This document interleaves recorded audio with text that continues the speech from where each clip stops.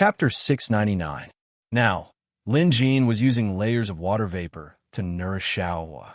At the same time, he took out the purple thunder needle and tossed it inside to help stabilize Xiaohua's condition. Finally, 2 hours later, Xiaohua's near uncontrollable state finally turned for the better. Although it had only been 2 hours, Lin Jin's clothes were drenched in sweat. If it weren't for the ghost blood beast support, Lin Jin's mortal body would have collapsed long ago. Now that Lin Jin had done everything he could and Weeping Fruit's condition had improved, Lin Jin had used up all of his trump cards. If Xiaohua still couldn't evolve into rank 7, Lin Jin had no choice but to accept his fate. Taking a deep breath, Lin Jin plopped down on the cloud and began resting. Time passed slowly, and, at a certain moment, the originally rhythmically pulsating fruit suddenly stopped. Lin Jin looked up with a smile on his face. It was done. Boom! The cloud of fire dispersed and was separated by red and white. The red went up while the white dissipated. The white cloud was still the storm beast lair, while the red cloud of fire was Xiaohua. The cloud of fire rose into the air and transformed into a giant firewolf before slowly condensing back into Xiaohua's original form. The current Xiaohua no longer had that extraordinary flaming fur and crimson eyes. He looked just like any other ordinary fire wolf Lin Jin had encountered in the beginning. What was this called? Returning to simplicity. A very impressive realm. If it were a human, it would be the realm of a true immortal. But if it were a beast, it would be rank 7. He had finally succeeded. Lin Jin let out a long sigh. Today was definitely a fortuitous encounter, and one that lasted only for a brief moment. If he had hesitated, if he didn't have enough fire energy, Xiaohua's advancement would have been a dream. But Lin Jin grasped it all. Rank 7. Xiaohua, you must have never dared to dream of this before. Lin Jin raised his hand, and Xiaohua walked over obediently. Lin Jin caressed the wolf's head with a wistful expression. Xiaohua whimpered, clearly understanding Lin Jin's words and agreeing wholeheartedly. Indeed, Lin Jin never thought that an ordinary rank 1 firewolf would one day evolve into rank 7. What kind of concept was rank 7? In the Central Plains, one could do whatever they wanted. At his peak, Patriarch Xuepao was only at the initial stage of rank 7. In other words, if Xiaohua was possessed by a wicked person, he could wreak havoc in Middle-earth once he returned. This was absolute power, absolute strength. Furthermore, Xiaohua would not be threatened by the 9th-stage immortal swallowing beast. This was the most terrifying thing. Even the Outworld, a 7th-level beast, was definitely a powerhouse that could take charge of an area. After all, how many true immortals were there in this place? Moreover, other than Xiaohua, Lin Jin still had the spectral blood beast that had fused with the Spirit Eater ghost bug. The Spirit Eater ghost bug was terrifying, its lethality even surpassing the current rank 7 Xiaohua. Hence, Lin Jin had basically made up for all of his shortcomings. If he encountered God, Lord Man again, Lin Jin could chase after him and beat him up. It was a pity that God Lord Man must have died in the hands of the sky, mending spider. Otherwise, Lin Jin could test Xiaohua's combat strength on him. Lin Jin took a deep breath and calmed himself down.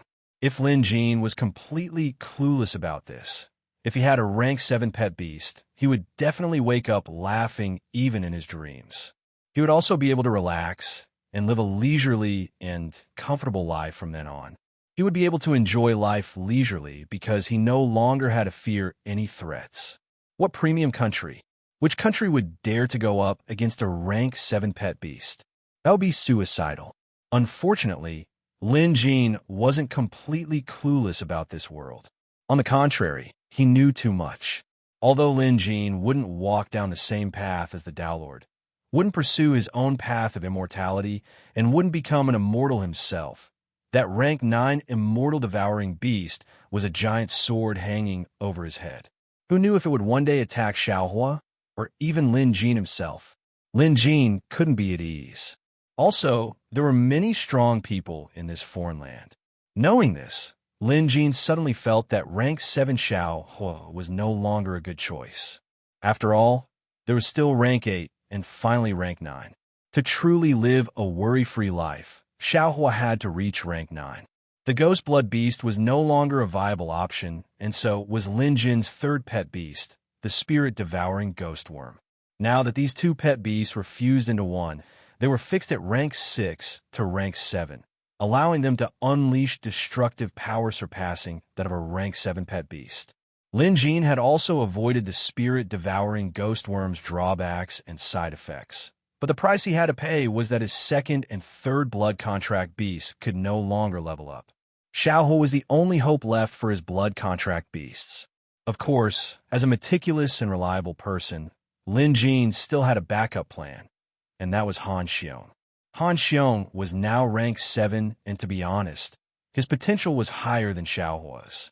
After all, Han Xiong had a higher starting point. If Xiaohua couldn't reach rank 9, Lin Jin would try his best to help Han Xiong. Of course, when that happened, Lin Jin would also think of a way to control Han Xiong. Otherwise, he wouldn't be confident. However, this was all for later. Lin Jin would still focus all his attention on Xiaohua. Only with Xiaohua's improvement could Lin Jin truly control the situation. Lin Jin patted Xiaohua on the head. Understanding his intention, Xiaohua immediately turned into a cloud of fire and burrowed into Lin Jin's arm. What a powerful enhancement! Lin Jin shuddered, but it was mostly due to excitement. The blood contract allowed the owner to borrow the pet beast's strength to enhance themselves. Now that Xiaohua had reached rank 7, his strength was 10 times stronger than before. Lin Jin obviously felt it the most. Although Lin Jin was only immortal now, if he were to fight with his physique, even a pseudo-immortal might not stand a chance against him. This could be considered a shortcut, a completely different path. Perhaps even the expert who created the path of blood contracts never thought that one day a pet beast with a blood contract could reach the level of a true immortal. Even if it was only 10% of the pet beast strength gained through the blood contract, it was still a tremendous boost to the owner. Recalling Xiaohua, Lin Jin got up and patted the white cloud beside him. With the evaluation report in hand, he walked out of the inner layer of clouds. The storm beast layer was fine. It just needed some time to recuperate. Lin Jin would also inform Sage Mystic Moon and Immortal Drifting Cloud that they could no longer let the storm beast layer produce smaller storm beasts. That was a form of self-harm. Even if the smaller storm beasts weren't created, the storm beast layer could still unleash the combat power of a true immortal when the Cloud Path sect was in danger. This was of utmost importance to the Cloud Path sect. Xiandao's sect had the immortal Kirin beast, and recently, Han Xiong, a rank 7 giant bear beast. Their strength was unprecedentedly strong. The Cloud Path sect wasn't weak either. If the storm beast layer was utilized properly, the sect would have at least 2 true immortals guarding the sect. Given time, the storm beast layer could recover its strength and become even stronger than a rank 8 pet beast. Chapter 700. Leaving the inner layer of the Sea of Clouds, Lin Jin looked at Reverend Mystic Moon and the other immortals who were eagerly waiting for him. He suddenly felt a little embarrassed. In order to seize the window of opportunity for Xiaohua to level up, Lin Jin had been so anxious that he had to borrow many priceless treasures from them. Now that the matter was resolved and Xiaohua had achieved rank 7 as he wished, it was time for Lin Jin to return the favor. How could he return the favor? Lin Jin couldn't think of a solution at the moment, so he couldn't help but feel guilty when he saw Reverend Mystic Moon and the others. Mystic Moon and Piao Yun were fine, but a favor from a handsome male immortal like Xian Heng wasn't easy to accept. If Lin Jin wanted to return the favor, Immortal Xian Heng would be the first to bear the brunt. As for how he was going to explain it to the Cloud Path Sect's immortals, Lin Jin had already thought it through. It was simple. He would tell them the truth. There was nothing to hide, and there was no need to. After bowing to Reverend Mystic Moon, Lin Jin presented the evaluation report he had written. At first, Reverend Mystic Moon was puzzled, but after reading the report, his expression immediately turned solemn, as if he had just come to a realization. Mr. Lin, this evaluation report is extremely valuable, Reverend Mystic Moon commented. Lin Jin nodded. Indeed, this was how things were. In essence, wasn't anything special. But if no one knew about it and no one taught it, it would still cause trouble. Just like the Cloud Path sect's understanding of the Storm Beast lair. Many of their previous understandings were wrong, and any decisions made under these misconceptions would be incorrect. Some of their actions would even have a huge impact. And this was the value of Lin Jin's evaluation report. It was equivalent to a guidebook. It clearly explained what could be done and what couldn't be done. Most importantly, it explained the Storm Beast lair's habits in great detail. To the Cloud Path sect, this was a priceless treasure. This evaluation report was enough to make up for the top-grade fire element crystals Reverend Mystic Moon gave him earlier. To Lin Jin, this was considered returning a small favor. Just then, Immortal Piao Yun couldn't hold back any longer.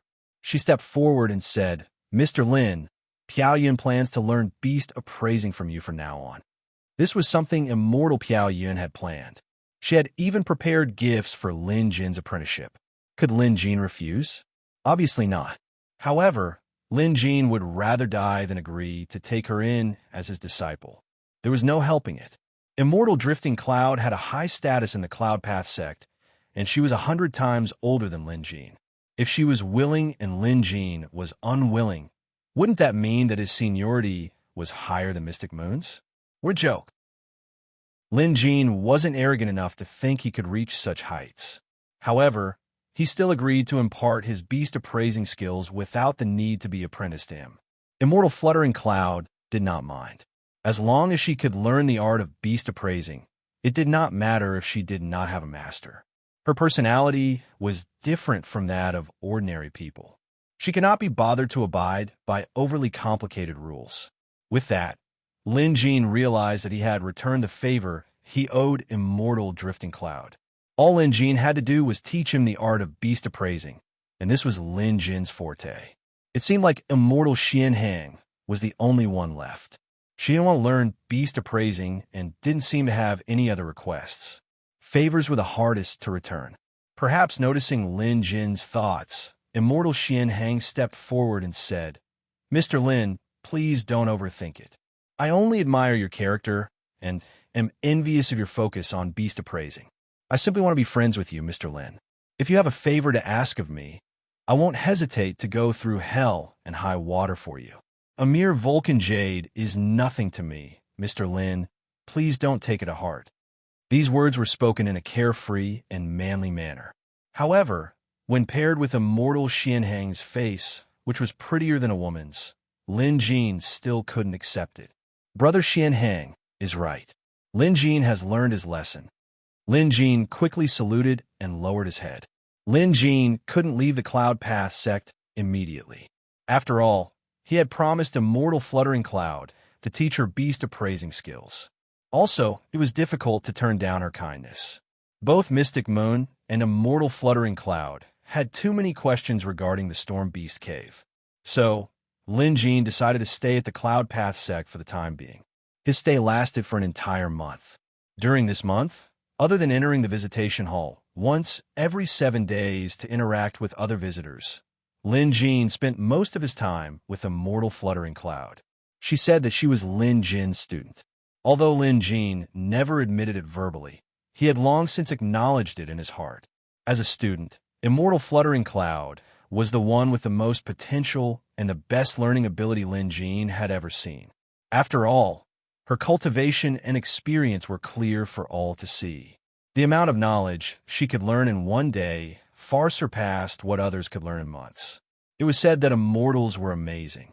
Their spiritual intelligence far surpassed that of mortals, and they had photographic memories. As a teacher, Lin Jin loved smart students like her the most. Therefore, one taught quickly and seriously, while the other learned quickly and seriously. In 1 month, Immortal Fluttering Cloud basically emptied Lin Jin's stomach.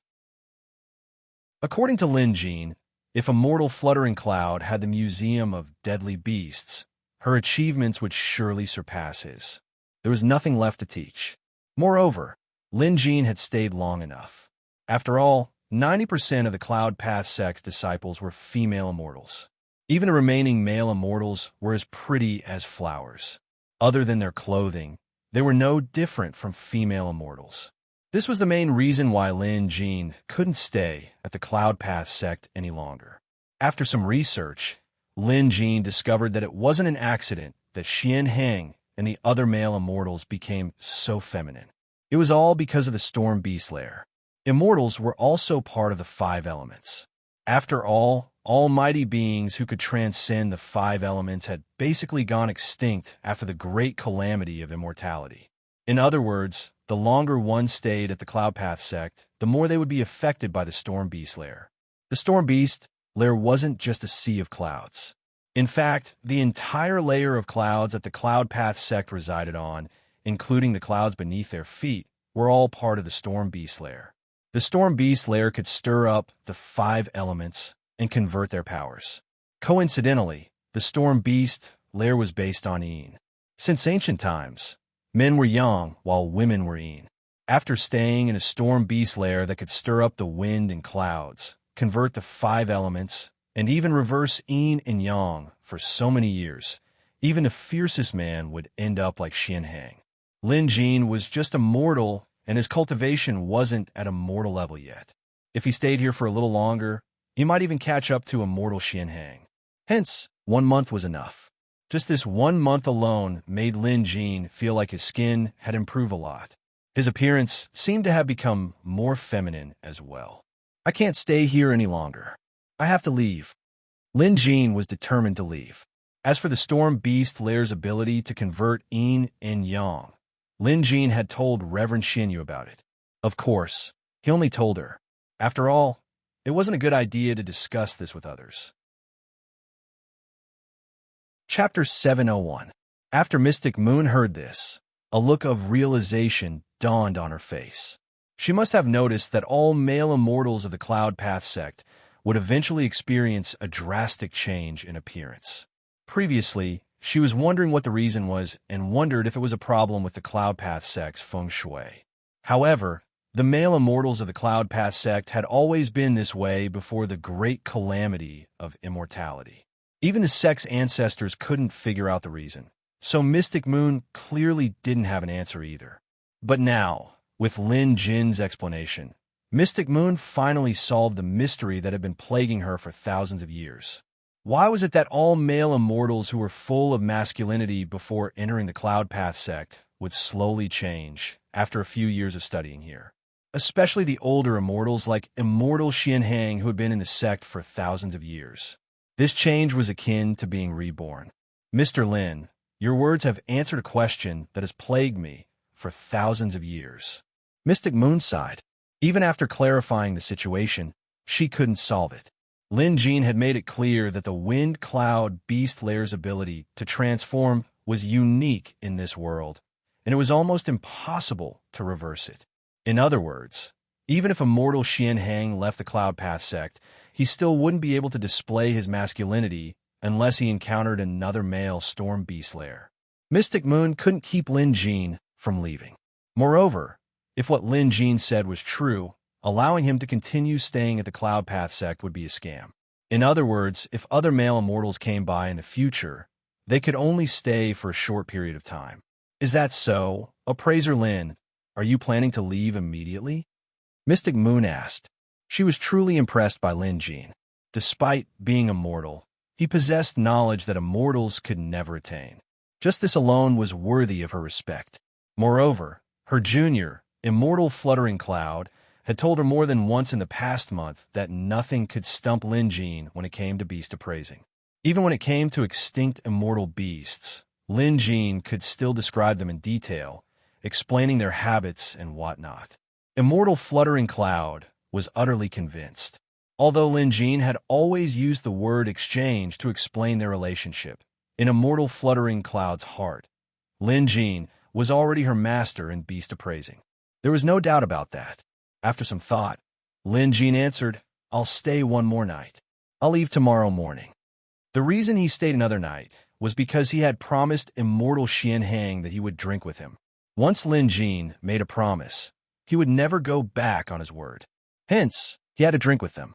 Of course, this had nothing to do with immortal Xian Heng's claim that he had taken out a 1,000-year-old treasure. Tonight, the visitation hall would reopen once again. Lin Jin had already made up his mind. After drinking with immortal Xian Hang for 4 hours, he would enter the visitation hall. He might be a little late, but since there weren't any other important matters to attend to in the visitation hall, it didn't matter if he went late or not. In the afternoon, Lin Jin arrived at immortal Xian Hang's place as promised. They were on top of a cloudy mountain. The strange thing was that there were trees and rocks on top of the cloudy mountain. Immortal Xian Hang was already waiting there. On the table was a flask of wine, 2 jade cups, and nothing else. Lin Jin glanced at the pot of wine. Mortals would have at least a jar of wine. If they encountered a huge volume of wine, they might not even have 3 to 5 jars. However, the immortals here did not need it. It was not difficult for any false immortal to forge a cosmos artifact. That jar of wine did not look small. It was only the size of a palm, small and exquisite. However, it might be a sea of wine inside. For the past month, Lin Jin had been staying at the Cloud Path sect, surrounded by female immortals. Other than the familiar Qin Yunshang and immortal Drifting Cloud, Lin Jin didn't dare to provoke the other female immortals. And the one who chatted with Lin Jin the most was immortal Xian Hang. According to the other party, immortal Xian Hang liked to chat with Lin Jin, and they talked about things he had seen and heard in Middle-earth. Later on, it turned into a discussion about the female immortals in the Cloud Dao sect. However, after a month of chatting, Lin Jin had a rough idea of what immortal Xian Hang was thinking. The man had a crush on a female immortal. Of course, he couldn't tell his own disciple or the other female immortals. Hence, Lin Jin became the best person he could confide in. Mr. Lin, don't judge me just because I've been in the Cloud Dao sect for such a long time. There's no one I can confide in. As the saying goes, men and women should be different. Especially when it comes to matters like this, I can only keep it to myself. It's great that you're here. I finally have someone I can talk to. Otherwise, if I had to keep it to myself for another few hundred years, I might really get sick. Beneath immortal Xuanhong's pretty face was a melancholic one. Then, he hooked his finger and the wine pot flew up by itself. It swirled around the 2 jade cups and poured the immortal brew into them. The jade cups then flew over and landed in immortal Xuanhong's and Lin Jin's hands. Mr. Lin, this is Peach Blossom Immortal Brew. It's quite good. It was brewed 1,000 years ago and has a unique taste. Have a taste, Mr. Lin. Immortal Xian Hang gestured for Lin Jin to drink. Lin Jin nodded. He took a sniff, and sure enough, the fragrance of peach blossoms wafted out. It was very pleasant. After taking a sip, his eyes lit up. Great wine. Having said that, Lin Jin downed the entire cup. Lin Jin wasn't being polite. This one was really good. It was probably the best he had ever tasted. Immortal Xian Hang laughed heartily at this. At that moment, he seemed a little more manly. Then, the two drank 1 cup after another without saying a word. It was a tacit understanding. Lin Jin was puzzled. He hadn't known immortal Xian Hang for long, and to be honest, the man's feminine beauty was a little creepy. But after chatting with him for a bit, Lin Jin realized that immortal Xian Hang was a very nice person. Moreover, he and Lin Jin got along so well that they actually felt like bosom buddies. After a few cups of wine, Lin Jin asked, "Tell me, who do you like? Why don't you tell me, and I'll help you put in a good word for her?" Lin Jin was just testing the waters. To his surprise, immortal Xian Hang quickly shook his head. Don't tell anyone. If I could, I would have told you already. Mr. Lin, you just have to listen. All right, it's up to you. Lin Jin didn't mind. He just thought that for immortal Xian Hang to have such a one-sided crush and not dare to say it out loud, it could only mean that the person he was in love with wasn't an average person. But the problem was, immortal Xian Hang wasn't an average person in the Cloud Path sect either. His status was extremely high, so Lin Jin could almost instantly guess who he was in love with. Only 2 people in the Cloud Path sect fit this description. One was immortal Drifting Cloud, and the other was Sage Mystic Moon. Drifting Cloud? Lin Jin shook his head. Lately, immortal Xian Hang would often come looking for him. It could even be said that he would see Drifting Cloud every time, but Lin Jin had noticed that immortal Xian Hang only came looking for him. If he had a one-sided crush on Drifting Cloud, Lin Jin wouldn't have missed it even after so many visits. Moreover, Immortal Drifting Cloud's personality didn't seem to be the type that Immortal Xianheng liked. In that case, there was only one answer. Chapter 702. After downing another cup of Immortal Brew, Lin Jin mumbled to himself, Sage Mystic Moon must be working hard. After all, there are too many things to handle in the sect. It would be best if someone could share her burden. Immortal Xianheng was stunned before replying, I've been shouldering a lot of the sect's responsibilities as well. Lin Jin smiled.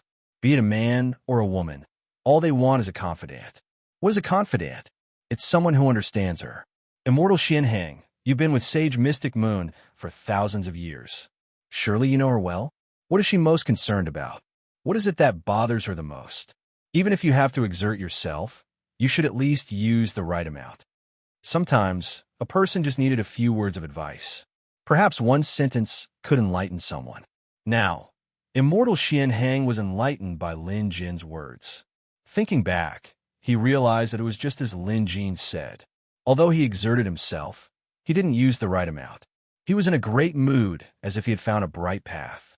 Lin Jin could tell that Immortal Xianheng was a complete novice when it came to relationships. Truth be told, Lin Jin was pretty naive himself, but compared to Immortal Xianheng, he was considered a veteran. It was much easier to give advice to a newbie like him. Immortal Xianheng treated Lin Jin as a friend and confidant, willing to confide in him. Lin Jin also treated him as a friend and confidant, willing to give him further advice. After some thought, Lin Jin asked, Brother Xianheng, let me ask you. All these years, have you ever shown your love for Sage Mystic Moon, even once? Indirect works too. Immortal Xianheng took this question seriously. He put down his wine cup and began thinking hard. He even used some kind of immortal spell to search through his past memories. A dazzling, colorful light appeared above Immortal Xianheng's head. After a long while, Immortal Xianheng shook his head. No, what a straight man. Lin Jin gasped. Speaking of which, it was rare to find someone like Immortal Xianheng who could hold back his unrequited love for so long and only silently devote himself to her. In an instant, Immortal Xianheng's figure became much more imposing in Lin Jin's mind. Although the Storm Beast Cave had turned Immortal Xianheng into a feminine man with exquisite features that rivaled many female immortals, he was still a straight man at heart. That was the most gratifying thing. Hence, Lin Jin suggested another idea. Then, you could try to find more opportunities to interact with Sage Mystic Moon. Remember, it's when you're alone. Be more considerate, and it's best if you let him know how you feel about him. Despite being several thousand years old, Immortal Xianheng was a complete blank in this area. He was far from Lin Jin's level.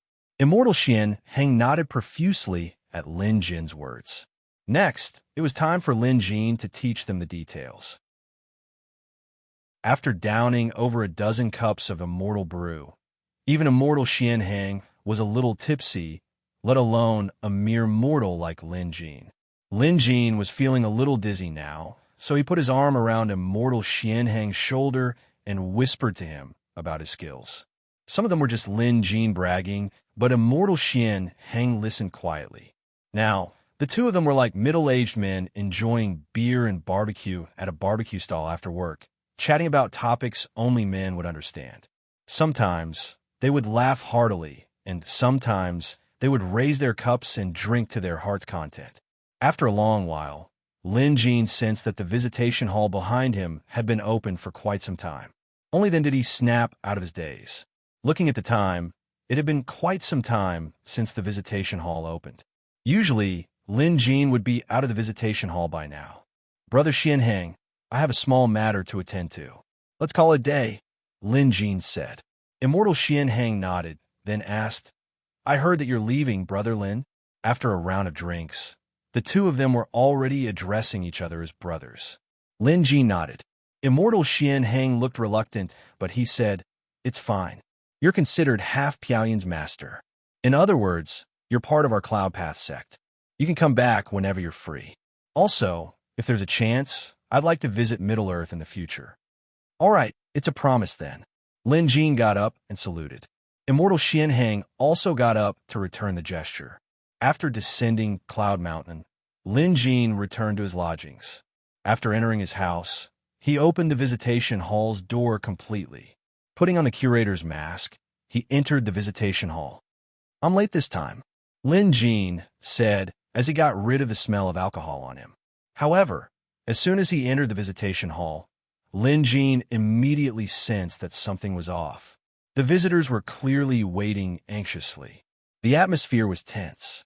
When the curator Lin Jin appeared, they were stunned at first before hurrying over.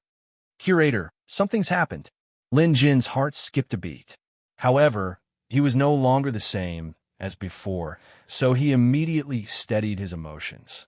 Scanning his surroundings, Lin Jin frowned. Yi Yuzhou wasn't here. Everyone else was, but they all had grave expressions on their faces. Lin Jin could tell that they had been waiting for him anxiously. For example, He Qing was so anxious that she was crying. Soon, Lin Jin found out what had happened. Simply put, something had happened to the Jade Dragon Kingdom.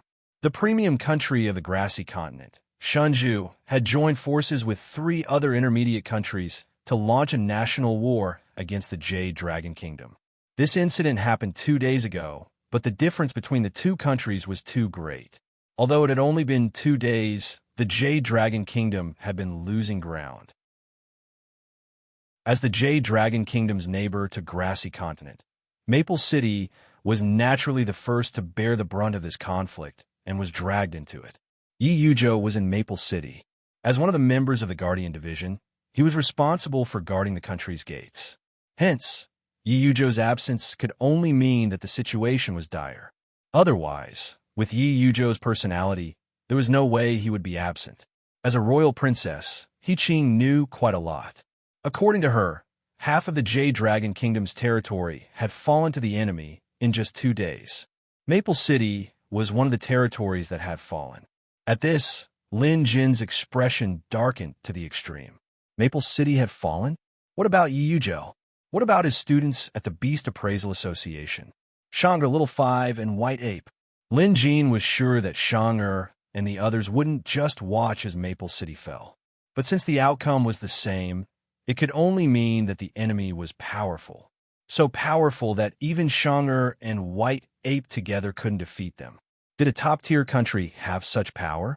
After a moment of contemplation, Lin Jin looked up at Feng Ziqian and asked, "Are we just going to watch Merak?" It was a question. Everyone knew that Curator's disciple was Lin Jin, and he was a citizen of the Jade Dragon Kingdom. The premium country of the grassy continent, Shenzhou, had joined forces with 3 other intermediate countries to attack the Jade Dragon Kingdom. As a premium country of Zhongzhou, was Merak just going to sit back and do nothing? Upon hearing Curator's question, Feng Ziqian's heart skipped a beat. He quickly explained, "Please calm down, Curator. Merak has been on the move for a long time. Due to the enemy's ambush, we weren't able to react in time. Also, Shenzhou has been acting strangely this time. No one expected Shenzhou to have 200 rank 5 pet beasts. Merak's first wave of reinforcements was stopped outside Jade Dragon Pass." Chapter 703. 200 rank 5 pet beasts. Lin Jin didn't react at first. Perhaps it was because he had been in contact with high-level combatants for too long that rank 5 beasts were nothing to him. After all, Lin Jin now had 2 rank 7 pet beasts. Most of the beasts he encountered in the foreign lands were immortal beasts above rank 6. Grade 5 seemed to be a very long time ago, a very weak existence. But soon, Lin Jin came to a realization. In Middle-earth, rank 5 pet beasts were indeed the pinnacle. This was especially true for a country.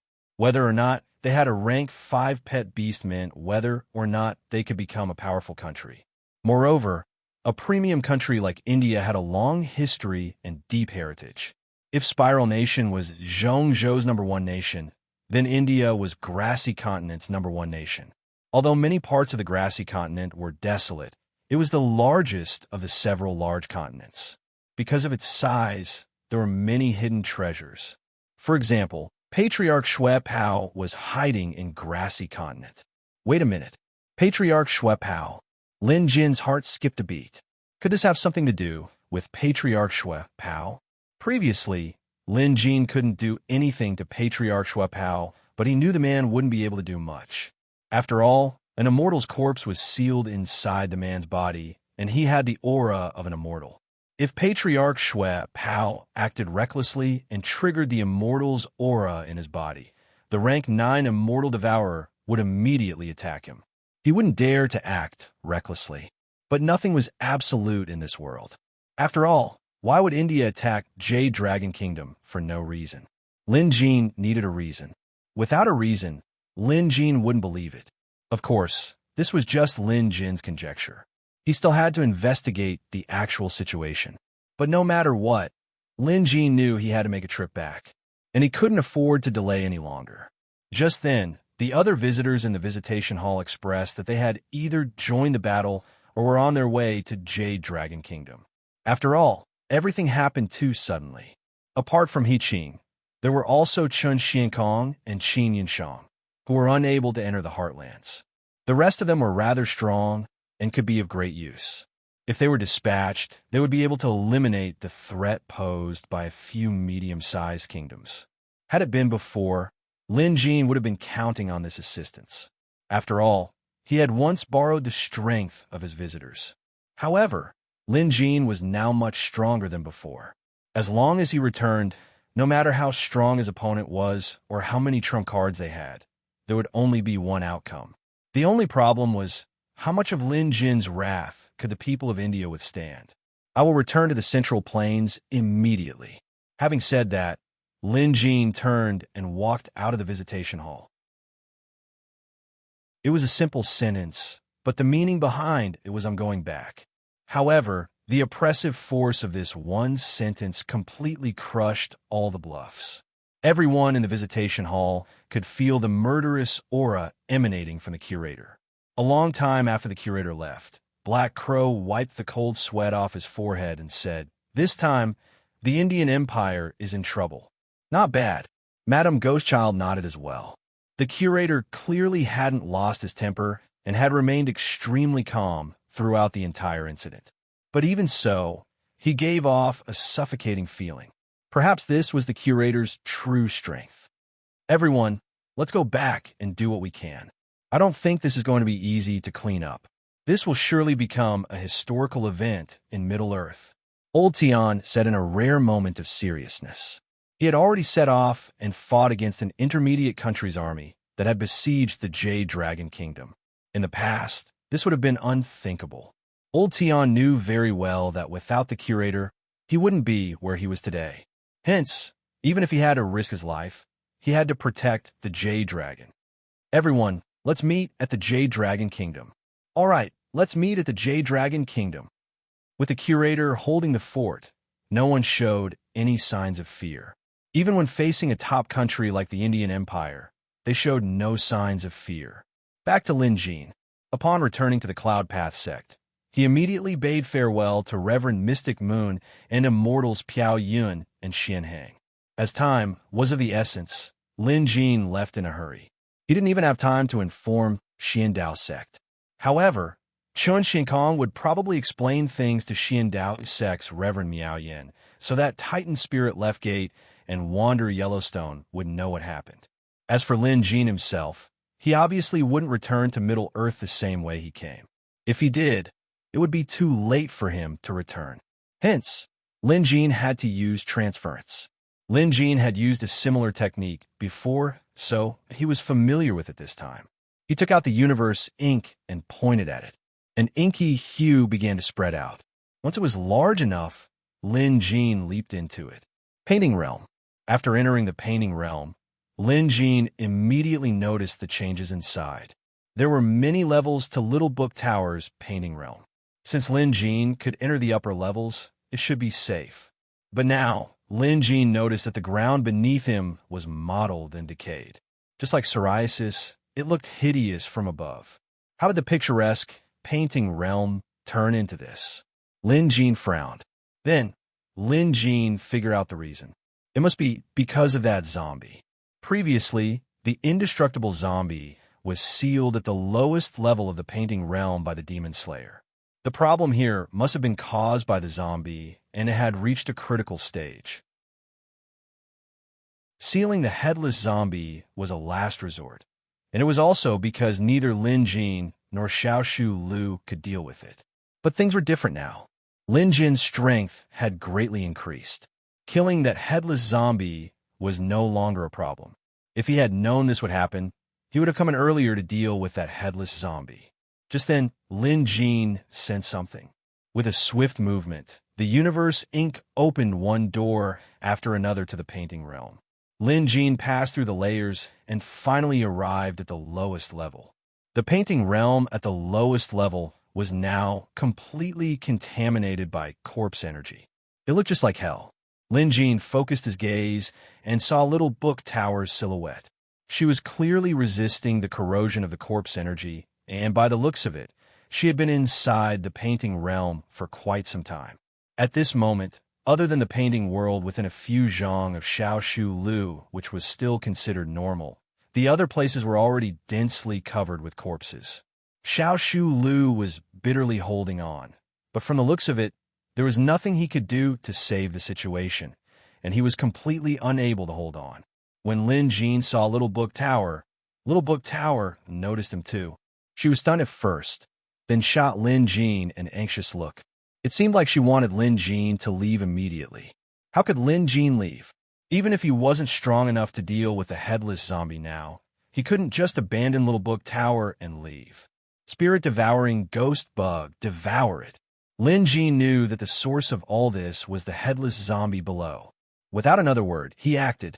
With a sweep of his arm, a wave of blood surged toward the headless zombie. This was a ghost blood beast with a spirit-devouring ghost bug. Lin Jin used this trick because he had sensed the ghost spirit devourer bug's restlessness. It was clearly excited by the presence of this corpse energy. Since that was the case, let's see how the spirit-devouring ghost bug could deal with this headless zombie. The ghost blood tide arrived in an instant and condensed into a gigantic mouth, swallowing the headless zombie whole. Chapter 704. After reaching a certain level of strength, Lin Jin preferred to do things in a simple and direct manner, because he was a simple and direct person to begin with. To Lin Jin, using the combined strength of the ghostly blood beast and the spirit devourer ghost worm to devour the headless zombie was the simplest and most direct method. Still, if the headless zombie was killed, the zombie's blood and aura would surely destroy Little Book Tower's painting realm. This was akin to sacrificing 800 men to kill 1,000 enemies. Lin Jin wasn't dumb enough to do that. Other methods had similar problems, so after some thought, Lin Jin decided that swallowing the headless zombie was the best option. Of course, the headless zombie wasn't that easy to kill. After all, it was immortal and an evil creature that couldn't be tolerated by nature. However, both the ghostly blood beast and the spirit-devouring ghost insect were evil creatures as well. If Xiaohuo was said to have a pure yang body among Lin Jin's pet beasts, then the ghostly blood beast and the spirit-devouring ghost insect were evil creatures. As evil creatures, they restrained each other and neither feared the other. Moreover, Lin Jin had learned quite a number of simple immortal spells during his month at the Cloud Path sect. For example, he could use the blood of the ghostly blood beast to create a universe. Hence, despite the headless zombie's size, swallowing it was enough to seal it within the world of blood. Although Lin Jin now had a way to kill the headless zombie, it would be a waste to kill such a strange creature. Lin Jin wanted to study it further. After swallowing the headless zombie, the ghostly blood beast and spirit-devouring ghost insect were enough to suppress it. Lin Jin no longer had to use the demon-sealing sword to suppress it. With a wave of his hand, he retrieved the sword. Despite being stained with the zombie's blood, the demon-sealing sword remained clean and shiny. Moments later, the blood on the blade was automatically purged. It was a miraculous sight. When Lin Jin wielded the demon-sealing sword, the breezy monster sword at his waist hummed.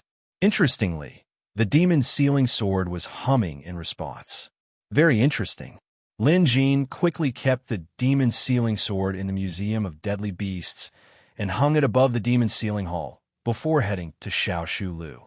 Upon witnessing Lin Jin's prowess, subduing the headless zombie so effortlessly, Xiao Lu gaped in awe. After a long while, he finally said, "Lin Jin, when did you become so powerful? Teach me." Lin Jin smiled. He hadn't forgotten about this. In fact, Lin Jin had purposely searched for cultivation methods for monsters and monsters during his trip to the foreign lands. Especially when it came to monster cultivation, Lin Jin wasn't an expert in it. Immortal sects have been passed down for thousands or even tens of thousands of years.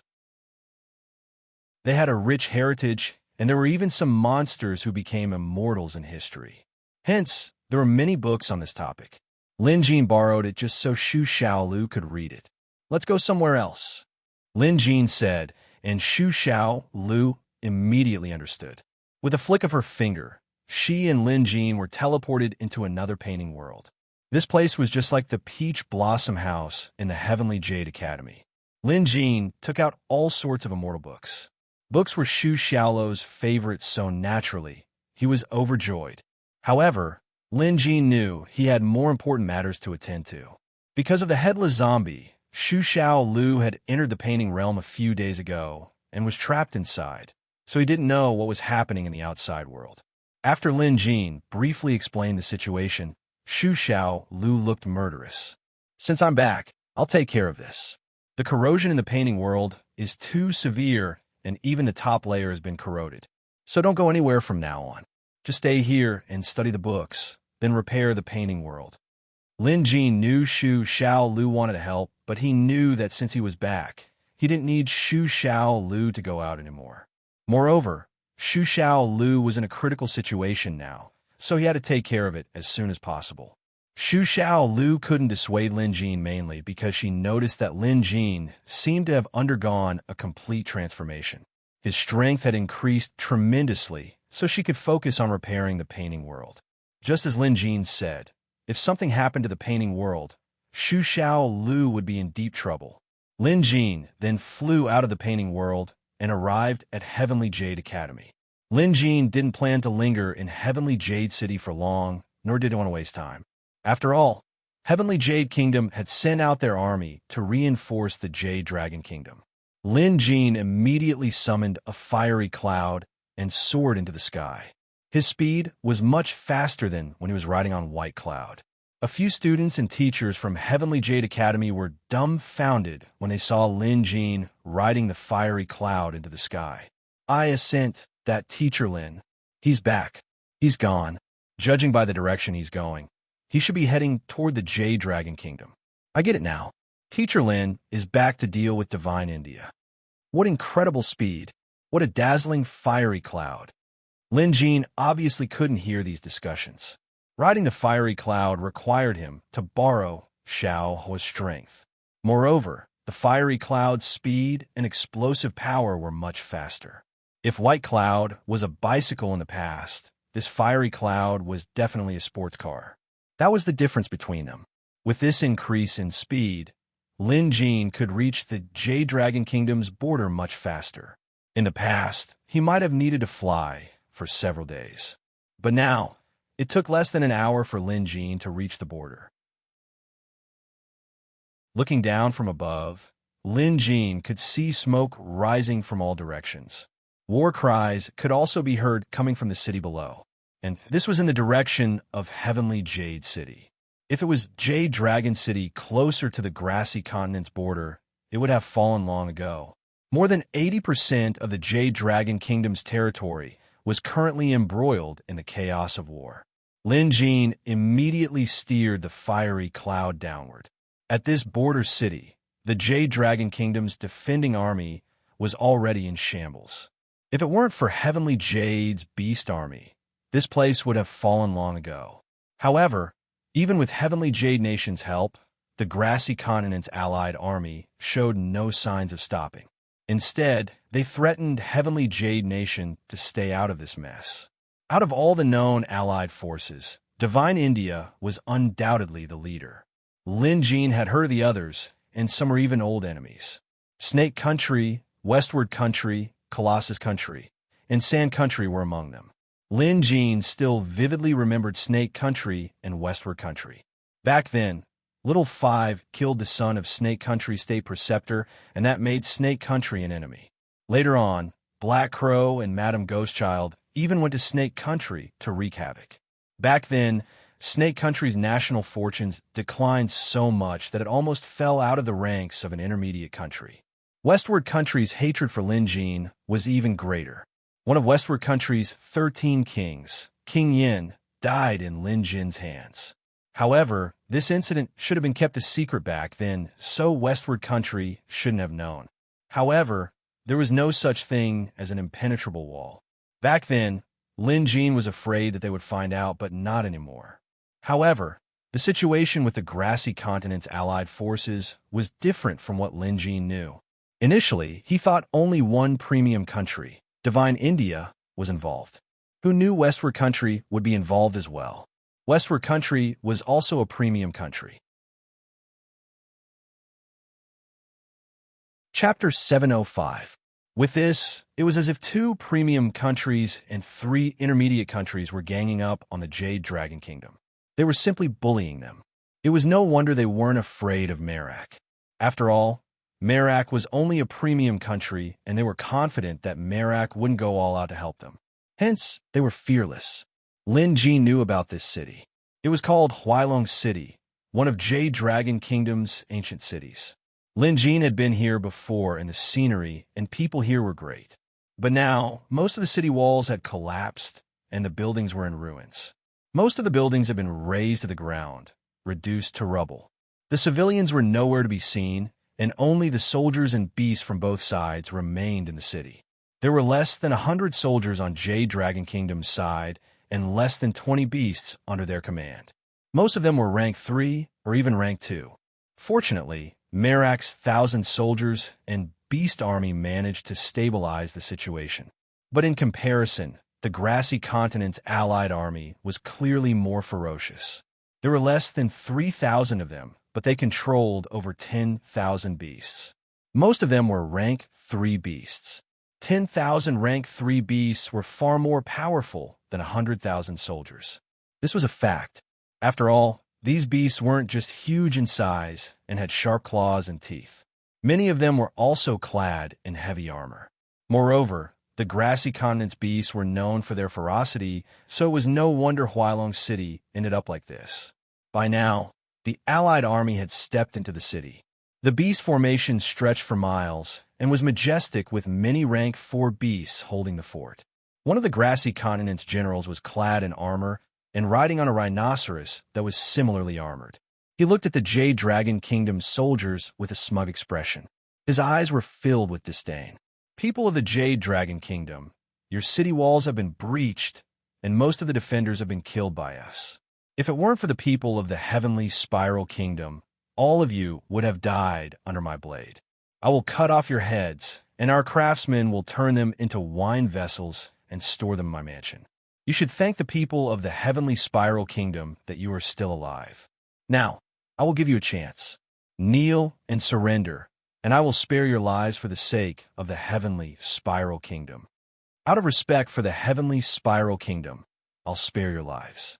The Grassy Continent's general spoke arrogantly, as if he was in control of everything. One of the Heavenly Spiral Kingdom's generals wore a sour expression. It was just that he was somewhat powerless in this matter. Although Tian Xian reacted quickly this time, he couldn't send more than 50,000 soldiers at once. The number of pet beasts was about the same as well, but most of them were sent to the more serious war zones. Some of them even went to Jade Dragon City. At the very least, Tian Xian's attitude was that they couldn't let the enemy take over Jade Dragon City. The situation this time was very tricky. The allied army of the 5 countries of Grassy Continent was aggressive and claimed to have 1,000,000 soldiers and 1,000,000 beasts. Forget a mid-tier country like Jade Dragon Kingdom. Even a premium country like Heavenly Jade wouldn't be able to withstand such a force. Moreover, The 5 countries of Grassy Continent had made it clear that they were only targeting the Jade Dragon Kingdom and had nothing to do with anyone else.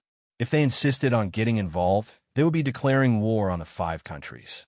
The news had already reached Tianxian Royal City, and the generals at the front line were waiting for the emperor's orders.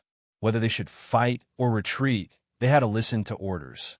Because of this, they could only think of ways to protect the few cities and soldiers in Jade Dragon Kingdom from being massacred by the 5 countries of Grassy Continent.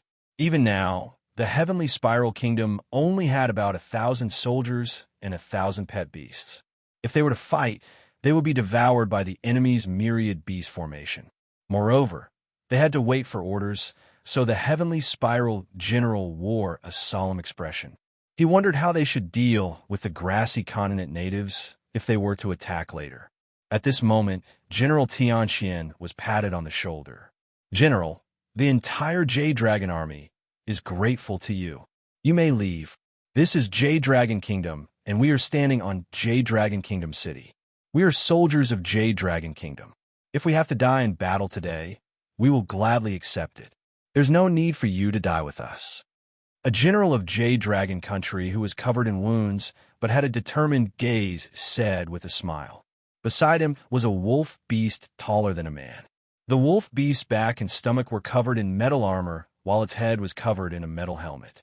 However, one could see that the wolf beast was covered in wounds and its fur was stained with blood.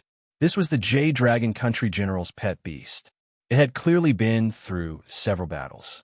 Although it was covered in wounds and exhausted, it was still brimming with fighting spirit, just like its master.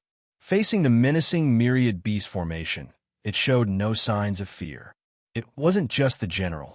The remaining hundreds of Jade Dragon Country soldiers and their pet beasts were fearless as well. They looked as if they were ready to die. The Heavenly Spiral General was moved. His lips moved as if he wanted to say something. But the Jade Dragon Country General stopped him. "You've already done a lot.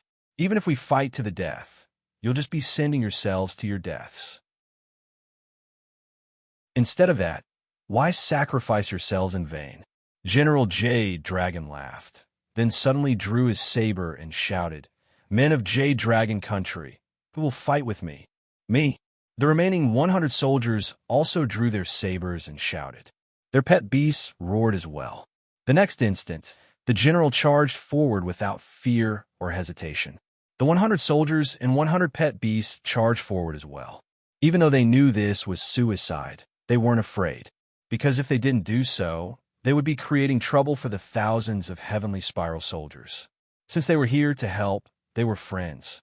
They would never harm their friends. Hence, if they died, their friends wouldn't be put in a difficult position anymore. Similarly, if they died, they wouldn't have to look at the Grassy Continent general's face anymore. Also, General Jade Dragon gripped the hilt of his saber tightly. He thought that if he could kill the enemy and drag them down with him before he died, that would be a huge win. At that moment, the 100 soldiers and 100 pet beasts, most of them injured, charged at the myriad beast formation with an indomitable spirit. It was a shocking scene. Throwing eggs at a rock, courting death. The Grassy Continent general laughed maniacally. He didn't order the archers to fire their arrows. He wanted to let the enemy get closer so he could slowly toy with them to death. Behind him, the Heavenly Spiral General clenched his fists so hard that the veins on his neck were popping. He wanted to help, but he knew that doing so was no different from suicide. At this moment, a messenger from the Merak Empire landed on his eagle beast and shouted, "The Merak Empire's emperor has ordered that the Merak Empire officially declares war on the Grassy Continent's 5 nations to protect the Jade Dragon. Brothers, charge with me." Hearing this order, the Heavenly Spiral General couldn't hold it in anymore. With a roar, he raised his saber and charged forward. The 1,000 soldiers and 1,000 pet beasts from Heavenly Spiral charged forward as well. The Grassy Continent General frowned. "Heavenly Spiral is joining the battle? But so what? You're just a premium country while we have 2 on our side. We can easily crush you. Kill them all. Leave no one alive." The Grassy Continent General gave the order. Chapter 706. Following the grassy continent's general's order, the colonels of the 5 nations behind him began to blow their bone horns. In an instant, the wild beasts in the myriad beast formation seemed to have been possessed by bloodlust. Each of them began to grow in size, bringing with them a kind of violent power. There was no doubt that the myriad beast formation was too powerful. It wasn't something the Jade Dragon and Merak armies could handle. Once the battle broke out, it would be a one-sided massacre. Not to mention, the grassy continent side had rank 4 and rank 5 pet beasts. There was almost no chance of victory. Kill. Jade Dragon's soldiers and Merak's reinforcements were well aware of this fact. However, they were on the battlefield, so there was no second option. There would be no second option. Soldiers served their country and their people, dying on the battlefield. But they were clearly lucky today. They wouldn't die. Just as the myriad beast formation was about to charge, a flaming cloud descended from the sky, crashing right in front of the myriad beast formation. With a huge tremor, a sea of flaming clouds spread out. Strangely, this sea of flaming clouds only spread towards the grassy continent's 5-nation army, engulfing hundreds of wild beasts in the blink of an eye. The terrifying flaming clouds seemed to have no heat and looked ordinary, but upon contact, they were instantly burned to ashes. Even the beasts that stood 6 meters tall were no exception. In an instant, hundreds of wild beasts were killed. The 2 armies at the front were isolated by the flaming clouds, unable to continue their charge. Stop! Stop now! The grassy continent general shouted anxiously. Even so, dozens of wild beasts were pushed forward by the army at the back, sucked into the flaming clouds, and burned to ashes. The Jade Dragon and Merak soldiers were startled as well. What in the world was this flaming cloud that suddenly descended? How could it be so powerful? They couldn't feel any heat from it, but one touch was enough to kill them. This was uncanny. Fortunately, the flaming clouds didn't pounce on them. Otherwise, all of them and their pet beasts would have died. Just then, someone noticed a man standing in the middle of the flaming clouds. This man wasn't afraid of the flaming clouds, and they couldn't hurt him. The next instant, the man waved his sleeve, and the flaming clouds were immediately recalled. It was a spell cast by this man. Amazing! One of Jade Dragon's lieutenants could not help but exclaim in admiration. At this time, the general of Merak took a closer look, and his expression changed. With ecstasy in his eyes, he hurriedly took a few steps forward and saluted.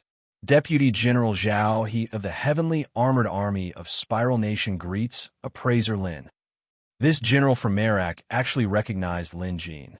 Of course, this had something to do with Feng Ziqian and Emperor Merak. They had hired an artist to announce Lin Jin's appearance to the entire army. Firstly, this was to prevent Merak's soldiers from offending Lin Jin. Secondly, Merak knew that Lin Jin and Curator would come to rescue Jade Dragon sooner or later. This was also the reason why Emperor Tianxian dared to save the Jade Dragon Kingdom at all costs. They were even willing to declare war on the grassy continent's allied forces for the sake of Jade Dragon Kingdom.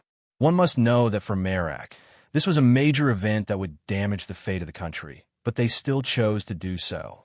And the reason was because of Lin Jin and Curator.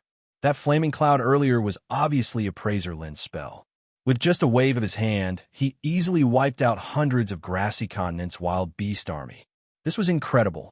Previously, this general thought that Merak had made an unwise choice. But now, he finally understood how wise his emperor was. Everything else aside, just that flaming cloud alone was enough to make Appraiser Lin invincible. No one could stand against him. Upon hearing General Merak's words, Jade Dragon's forces reacted. It's Appraiser Lin. That's great. Appraiser Lin is finally back. Many people in Jade Dragon Kingdom might not have seen Lin Jin before, but no one had ever heard of his name. In just a short period of time, Lin Jin had become a household name in Jade Dragon Kingdom, an existence that no one had ever heard of. Jade Dragon Kingdom was ambushed this time. Many cities fell within a day, causing many civilians to lose their homes and countless soldiers to defend their homes. Under normal circumstances, this would have been unbearable. But everyone in Jade Dragon Kingdom was holding on. They still had hope. This hope didn't come from Merak's help, because they knew that Merak's help didn't come because the two countries shared a good relationship. It was all because of one person. Similarly, this person was the hope of Jade Dragon Kingdom. And now, this person had returned. One person had changed the situation. Despite having fewer troops, Jade Dragon Kingdom and Merak's combined forces were now brimming with vigor. On the other hand, although the grassy continent's allied forces had the advantage in numbers, their morale was shaken by the flaming cloud earlier. Of course, they had heard of Lin Jin's name. Lin Jin? That appraiser? He does have some skills, but no matter how powerful he is, he's only one person. How could one person fight against our army? That strange flame earlier was so powerful that it must have a weakness. It can only be used once. Warriors, let's charge once more and tear Lin Jin into pieces. The general from Grassy Continent was clearly capable. Their morale had clearly fallen to rock bottom. After all, neither man nor beast had ever seen such a terrifying flaming cloud before. No matter how valiant a warrior or a ferocious beast was, they would still feel fear. But with just a few words from this general, he managed to raise the morale of the soldiers and beasts once again. Other than the power of language, the general's words were clearly accompanied by some kind of spell, or perhaps a barbarian spell. No doubt, this was a powerful skill. In favorable circumstances, this skill was like adding wings to a tiger. But in the face of adversity, it might even turn the tables. Even Lin Jin frowned at this sight. To be fair, the general was indeed capable. Honestly, Lin Jin admired this grassy continent general. But it was a pity that Lin Jin wasn't in a good mood today. No matter how much he admired the general, it couldn't stop his surging killing intent. Those who offend Jade Dragon shall be killed, Lin Jin declared. Having said that, he moved his hand away from the breezy sword at his waist. Then, the flaming cloud beneath his feet flickered, carrying Lin Jin up into the sky. Everyone was confused. Why did he leave just like that? They clearly didn't understand Lin Jin. Since Lin Jin had left, it meant that the matter here had been resolved. At that moment, the grassy continent general remained motionless, his expression frozen. In the next moment, a line of blood appeared from the top of his head, extending straight downwards. In the next moment, the grassy continent general was split into two halves from the top of his head. Chapter 707. It was a horrifying scene that frightened the grassy continent soldiers. Not only was the grassy continent general dead, but the giant rhinoceros he was riding on was slain as well. The incision was impressive. That wasn't all. As soon as the man and beast fell to the ground, their corpses began to burn. This kind of burning happened in an instant and was extremely sudden. Furthermore, it was a type of explosive combustion. In an instant, flames surged out. This time, the flames were different from the fire clouds from before. They were scorching hot and dazzling, and their momentum was even greater. However, their power was clearly inferior.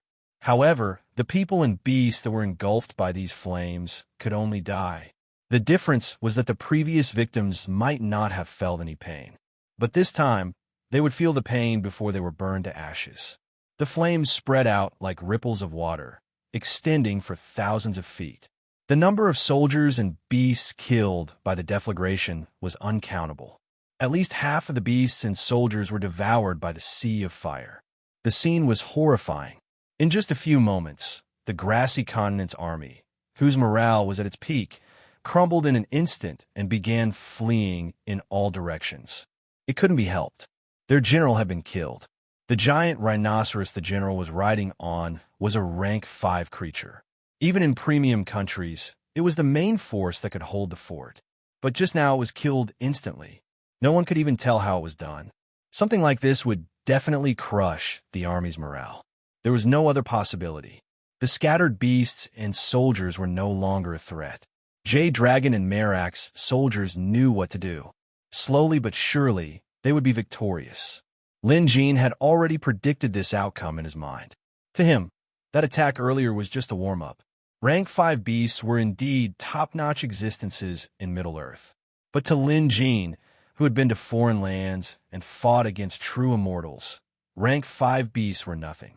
They couldn't even withstand a single slash from him.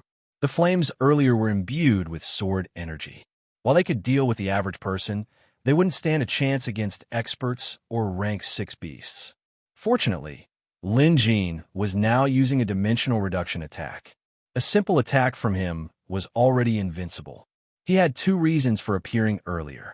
One was to save people, and the other was to tell everyone that he, Lin Jin, was back. Now, he was heading straight to Maple City. Maple City was probably the first city to fall to the grassy continent's allied army. It was also Lin Jin's home, so he had to go there.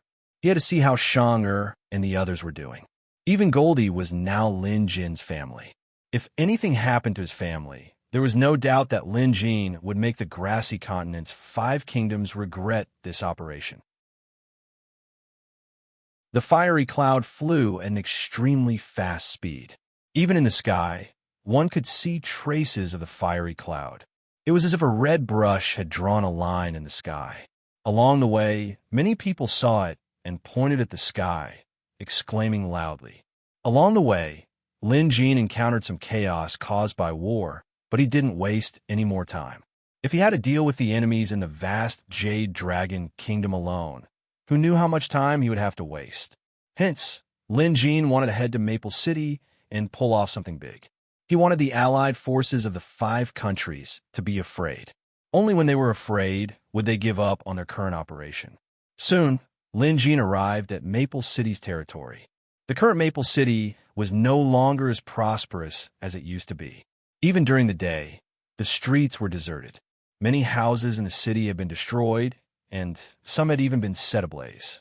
Although the flames had been extinguished, the charred remains of the buildings were still a testament to the devastation of the past. Just like the other conquered cities, the city walls were severely damaged. It must have been smashed open by some gigantic beast. As the fiery cloud descended, Lin Jin frowned. Maple City was now an empty city. No one. They weren't hiding. There was no one at all. Lin Jin immediately returned to his own mansion. Similarly, there was no one there. Moreover, the yard was severely damaged. It was obvious that a battle had taken place here, and it was a high-level one at that. Lin Jin frowned. He could feel the remnants of Shang'er's demonic aura in this place. Obviously, Shang'er had once fought with a powerful master here, but was defeated. But how was that possible? Shang'er was already a rank 5 monster cultivator. She was so powerful that it was almost impossible to find a match for her in Middle-earth. Who could defeat her in terms of strength? Moreover, was Maple City going to fall just like that?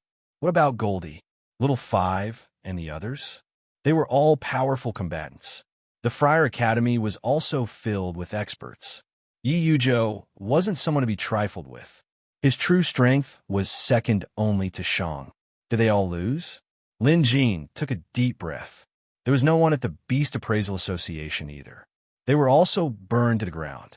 Seeing this, Lin Jin's murderous intent was about to explode. Then, Lin Jin noticed that Shang'er's monster energy seemed to be spreading outward. An idea popped into his head. There were so many people in the city, including the civilians. They couldn't all be killed. Even if they were, there should be corpses. Lin Jin's second pet beast, the ghost blood beast, was extremely sensitive to the smell of blood. There was the stench of blood in the city, but it didn't seem like a massacre had taken place. In other words, there was no one in the city. Someone must have taken them away. That's why Shang'er left behind some monster energy. Lin Jin calmed down. After all, he had been through too much. After calming down, he immediately chased after the remnants of the monster energy. If a large group of people had been evacuated, there would definitely be traces left behind. Sure enough, Lin Jin found traces even before leaving the city. Judging from the footprints, there must be tens of thousands of people. The fire cloud chased after him for 300 miles. Finally, Lin Jin saw a long line of people ahead. Tens of thousands of civilians were being escorted away by the grassy continent's allied army. Among them, there were also many caged prisoner carriages. It was obvious that they were in a hurry as the sounds of cursing and crying could be heard. Lin Jin caught up to them and immediately saw a few familiar faces. Jia Qian walked forward numbly. Sometimes, when she couldn't walk anymore, she would be dragged forward by the rope tied around her wrist. She was covered in dust and mud along the way. If it weren't for the rope tied around her wrist, she might have collapsed from exhaustion. Zhao Ying was in a similar state not far away. Both of them had their wrists tied up along with the rest of the civilians. Around them were grassy continent soldiers riding on beasts, their expressions ferocious and their mouths filled with obscenities. "Hold on, Teacher Lin will come and save us." Zhao Ying was clearly stronger. She leaned over and said to Jia Qian, who nodded. The two of them were lucky. When the grassy continent's army attacked, they were outside the city. They were among the first batch of captives, so they were treated as civilians. Meanwhile, Lu Xiaoyun and the others were locked up in a prisoner carriage at the front and were heavily escorted. It wasn't just Lu Xiaoyun. Everyone who was close to Lin Jin was also heavily escorted. Jia Qian and Zhao Ying could tell this from the start. This included Lu Yunhe, the Shi family Shi Wenjun, and Yi Yuzhou. These people who were originally unrelated were heavily escorted. Instead, the city lord and some officials were with the civilians. This was what Zhao Ying and Jia Qian had observed and analyzed along the way. Chapter 708. As the first batch of captives, Jia Qian and Zhao Ying were quite familiar with the grassy continent's five-nation allied army. Both of them weren't ordinary people and were now the top beast appraisers in Maple City with extensive knowledge and experience. For the five nations of the grassy continent to suddenly rise and revolt was simply inconceivable to the two of them. After all, most of the five nations were far from the Jade Dragon Kingdom. If they were planning to invade, why would they travel all the way to Zhongzhou? Other than that, the combined forces of the five nations were indeed extraordinary. Forget one Jade Dragon Kingdom. Even 10 of them wouldn't be a match for them. Zhao Ying and Jia Qian could tell that the grassy continent soldiers who escorted them were elites. From the various beasts they rode, it was obvious that the Jade Dragon Kingdom's army was no match for them. In fact, they weren't even on the same level. It was just like how a first-rate martial artist would bully a third-rate warrior. But the problem was the Jade Dragon Kingdom worthy of the five-nation allied army mobilizing such a huge force? Obviously not. Jade Dragon Kingdom only had one rank 5 pet beast, while the rest were rank 4. Any one of them would be hard to deal with, much less the five-nation allied army. There must be something fishy going on. In fact, Jia Qian and Zhao Ying didn't resist when they were captured. They were smart enough to know that they were up against a group of grassy continent soldiers with rank 4 pet beasts. Resistance was futile, so they hid their pet beasts. They used the Beast Concealment Talisman, a unique creation of Shang-Er. After all, Shang-Er had nothing to do after returning from Merak. Moreover, she had received guidance from Lin Jin and Xu Xiaolu, so she created this talisman based on Xu Xiaolu's art of painting. As the name suggested, this talisman could hide pet beasts and summon them whenever needed. It was extremely convenient. If it weren't for Shang-Er's Beast Concealment Talisman, it would have been impossible for Zhao Ying and Jia Qian to disguise themselves as civilians.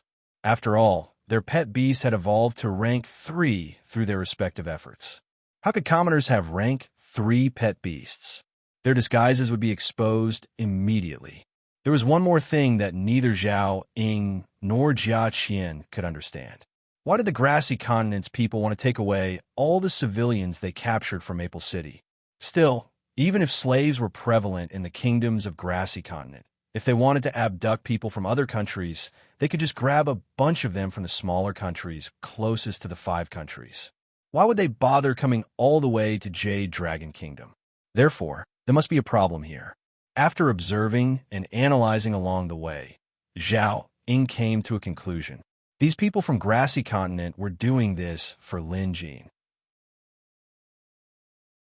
Zhao Ying came to this conclusion not only because the enemy had gathered all of Lin Jin's acquaintances and kept them under strict surveillance, but also because she had heard a grassy continent military officer mention Lin Jin's name. In other words, the grassy continent's allied army was attacking the Jade Dragon Kingdom because of Lin Jin. As for the grudges between them, no one knew. The only thing Zhao Ying and Jia Qian could do now was to try their best to protect themselves, then wait for rescue. Under such circumstances, Lin Jin was the only one who could save them. Jia Qian's physique was slightly weaker. After a day and night of traveling, she had expended a lot of energy and could no longer walk. There were many others who were in a worse state than her. The grassy continent people weren't merciful at all. They didn't hold back in such situations and serve them with whips. Along the way, some people had already lost their lives due to exhaustion and beatings. An old man in front of them was clearly out of strength and fell to the ground. Jia Qian went to help him up, but a grassy continent soldier came up to her, cursing as he brandished his whip. The whip landed on Jia Qian's body, and the latter immediately cried out in pain. Her clothes were torn to shreds, revealing blood and tender skin. Seeing this, the grassy continent soldier became lustful. Although the other party was afraid of military discipline, they were at the back of the group, so even if they were to do something, it would be fine as long as no one found out. They could just silence them after the deed was done. The grassy continent soldier felt hot blood gush from his groin. Unable to hold it in any longer, he went over and dragged Jia Qian out. "What are you doing? Let me go." Jia Qian's face paled in fright. Zhao Ying panicked and wanted to go over, but when Jia Qian saw this, she immediately shut her mouth and gestured for Zhao Ying to go back. The two of them had purposely smeared their faces with dirt because they were afraid something would go wrong. And now, a problem had arisen. Although Jia Qian was afraid, she knew that she couldn't use brute force at a time like this, especially not when Zhao Ying was involved. Hence, she stopped Zhao Ying, intending to bear the consequences herself. Jia Qian had made up her mind. This grassy continent soldier would surely drag her to a secluded place, and her death would be certain. Since that was the case, she might as well fight him to the death. If she died, everything would be over, and she could at least keep her chastity. If she was lucky enough to win, she would kill this soldier and wait for an opportunity to rescue Zhao Ying. This was Jia Qian's plan. However, looking at the grassy continent soldier's peak rank 3 pet beasts, Jia Qian knew that her chances of winning weren't high. Zhao Ying was dying of anxiety, but her hands were tied. Even if she summoned her pet beast, it would be impossible for her to save Jia Qian in this situation. What should I do? What should I do? Zhao Ying bit her lip, not even noticing the blood flowing down. If Jia Qian were to be taken away by the grassy continent soldier, she could easily imagine what would happen to her. Moreover, Zhao Ying could tell from the soldier's eyes that he was determined to die. Even if we die, let's die together. Zhao Ying was ready to risk it all. She knew that she only had one chance, and that was to summon her pet beast and break the ropes around her wrists to attack the grassy continent soldier and rescue Jia Qian. Zhao Ying knew that she didn't have much time to think. All she knew was that she mustn't let him take Jia Qian away. Fight it out.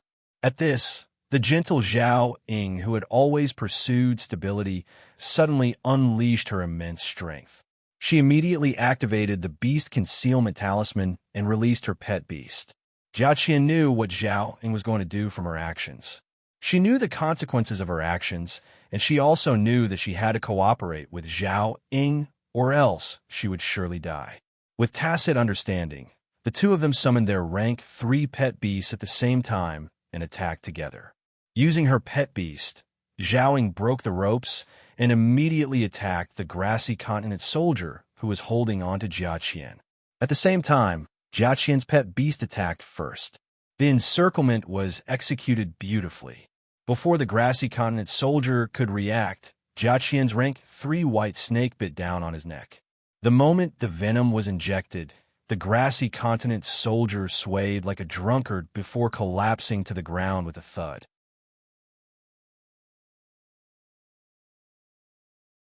Chapter 709.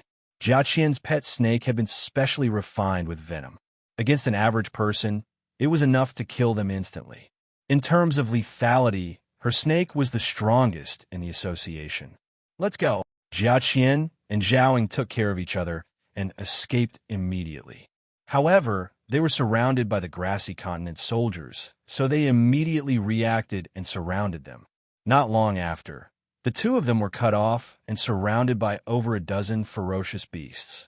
Behind them were the grassy continent's soldiers with murderous looks on their faces. "Hurry up and save the captain," a soldier shouted. On the other side, someone had already saved the boorish man who had been bitten by the snake and fed him a special antidote. The grassy continent was a dangerous place to begin with. There were all sorts of poisonous creatures around, so the people of the grassy continent always carried antidotes with them. They were especially well-prepared and experienced in dealing with snake venoms. The soldiers worked together to feed him medicine, cut open the wound to let out the poisoned blood, applied the medicine, and poured a strange and pungent medicine into his mouth. After all this, the grassy continent soldier actually woke up. A wave of obscenities and curses followed. With a bandage around his neck, the soldier glared at Jia Qian and Zhao Ying with bloodshot eyes. He covered his wound with one hand and held a knife in the other. He walked towards Jia Qian and Zhao Ying with a murderous aura. "Get out of the way. I'm going to skin these two girls alive."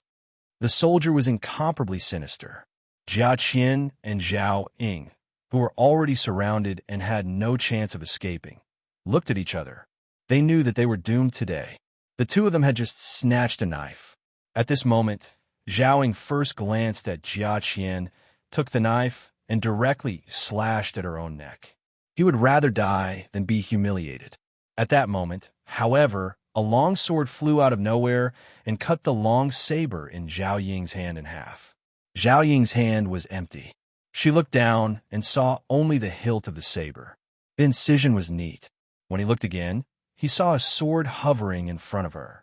The body of the sword was long and slender, carrying with it a refreshing charm, but also a strange demonic aura.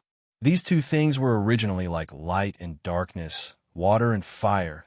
They would not appear at the same time, but now they actually merged into one, very harmonious. Apart from that, it was his aura. It was such a sword, but it gave off the feeling that it could cut down an army with a single slash. It would not be an exaggeration to say that sword chi soared to the sky. What the hell is this? On the other side, the grassy continent soldier was in a fit of rage. He could not afford to waste even a second, so he swung his saber and slashed down. In the end, a sword light flashed, and the grassy continent soldier, who had just escaped death, was sliced in two along with his saber. No one could see how the sword had slashed out, because from the beginning to the end, it had been hovering there, motionless. The grassy continent army was thrown into chaos. Just at this moment, a figure landed on a fiery cloud. When Zhao Ying and Jia Qian saw this person, they immediately burst into tears. This person was none other than Lin Jin. From afar, Lin Jin had noticed the situation.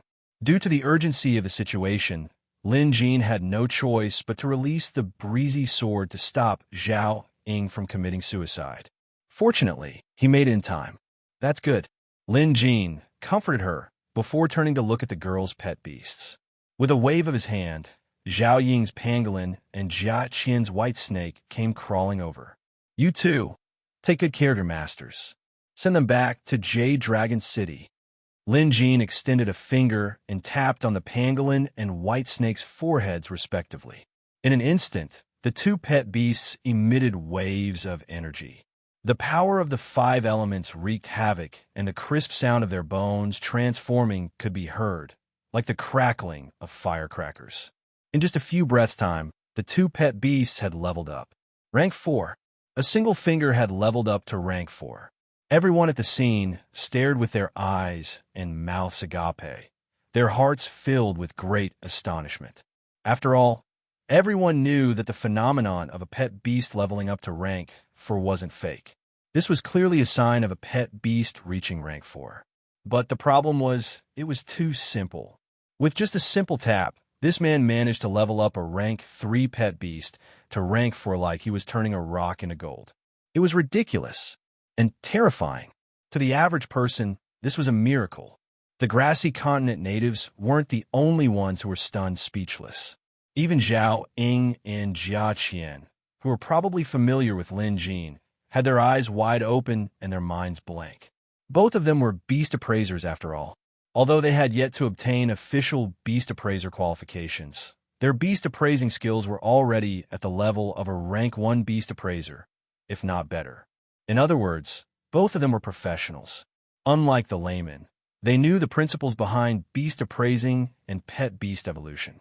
In other words, while Lin Jin's skill was amazing and unbelievable, both of them knew that the evolution of pet beasts was still the same. In other words, even Lin Jin, who was widely acknowledged as one of the best beast appraisers in Middle-earth, had to follow the rules if he wanted to evolve a pet beast. Everything had to be done step by step, and not a single one could be omitted. Lin Jin's ability to promote a pet beast with a single tap meant that his appraisal skills had reached the level where he could understand the details with just one look. Also, that tap just now must have been mixed with something that could help a pet beast evolve. He could instantly adjust and even reconstruct the pet beast's meridians. And in an instant, he accomplished something that other beast appraisers would take months to prepare. Of course, the beast appraiser had to know the corresponding pet beast's evolution method. All in all, this amazing feat was nothing short of a miracle. Master Lin. Greetings, Master Lin. It was only then that the two of them snapped out of their shock, surprise, and delight. They immediately greeted Lin Jin. Lin Jin waved them off. You guys head to the royal capital first. I'll go look for the others. Zhao Ying's heart skipped a beat. She quickly told Lin Jin what she and Jia Qian knew and the results of their analysis. Lin Jin frowned but didn't say anything. If what Zhao Ying said was true, then it was fine. Since the enemy was here for him, there was no need for Lin Jin to hide, especially now that he was invincible in Middle-earth. Why hide? If there was anything, he could just face it head-on. He didn't even have to resort to tactics. With absolute strength, Lin Jin could crush everything. In the past, this wouldn't have been possible when Lin Jin wasn't strong enough. But now, Lin Jin had the ability. With strength, he could do whatever he wanted. Go! At Lin Jin's command, the two rank 4 pet beasts immediately carried their respective masters away.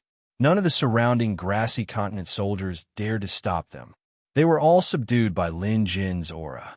At the same time, the immortal sword, hovering in the air, exerted immense pressure on them. It was as if anyone dared to move, they would end up like the squad leader just now. Their heads would roll to the ground. But if they didn't move, Lin Jin would. And Lin Jin's next move was going to be huge. Citizens of Maple City, go home. I'll kill anyone who dares to stop me.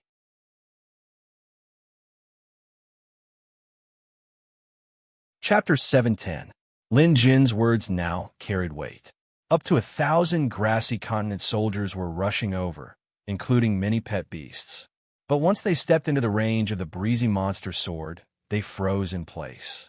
Because Qing Feng cultivated the Divine Path sword scroll, although he hadn't mastered it fully, his sword aura was already starting to take shape. Within a range of 10,000 feet, he could kill anything within an instant. Unless the opponent was a rank 6 pet beast or an immortal, they wouldn't be able to defend themselves. There were also thousands of Maple City citizens within this range. Lin Jin's words were for them to return and rescue them. Anyone who dared to stop him would be killed by Qing Feng's sword. Hence, Lin Jin's final words of kill without mercy were actually an order for Qing Feng's sword. Many citizens had witnessed Lin Jin saving Zhao Ying and Jia Qian earlier. Besides, who in Maple City didn't know Lin Jin's name? Forget Maple City. Everyone in the entire Jade Dragon Kingdom knew who Lin Jin was. Hence, when they heard that Lin Jin was here to rescue them and tell them to leave, the citizens immediately fled as if they had found their pillar of support. Although most of the grassy continent soldiers were scared stiff by Qing Feng's sword, there were some who weren't afraid of death. Refusing to give in, a hulking grassy continent man over 2.5 meters tall cursed and controlled his pet beast to stop Qing Feng. But the next instant, there was a flash of light. A sword scar that was 100 feet long appeared on the back of the grassy continent's giant man, extending to his back.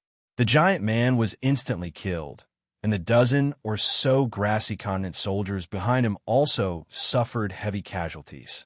In an instant, severed limbs littered the ground, and screams rang out everywhere. One of the grassy continent generals' eyes almost popped out of their sockets.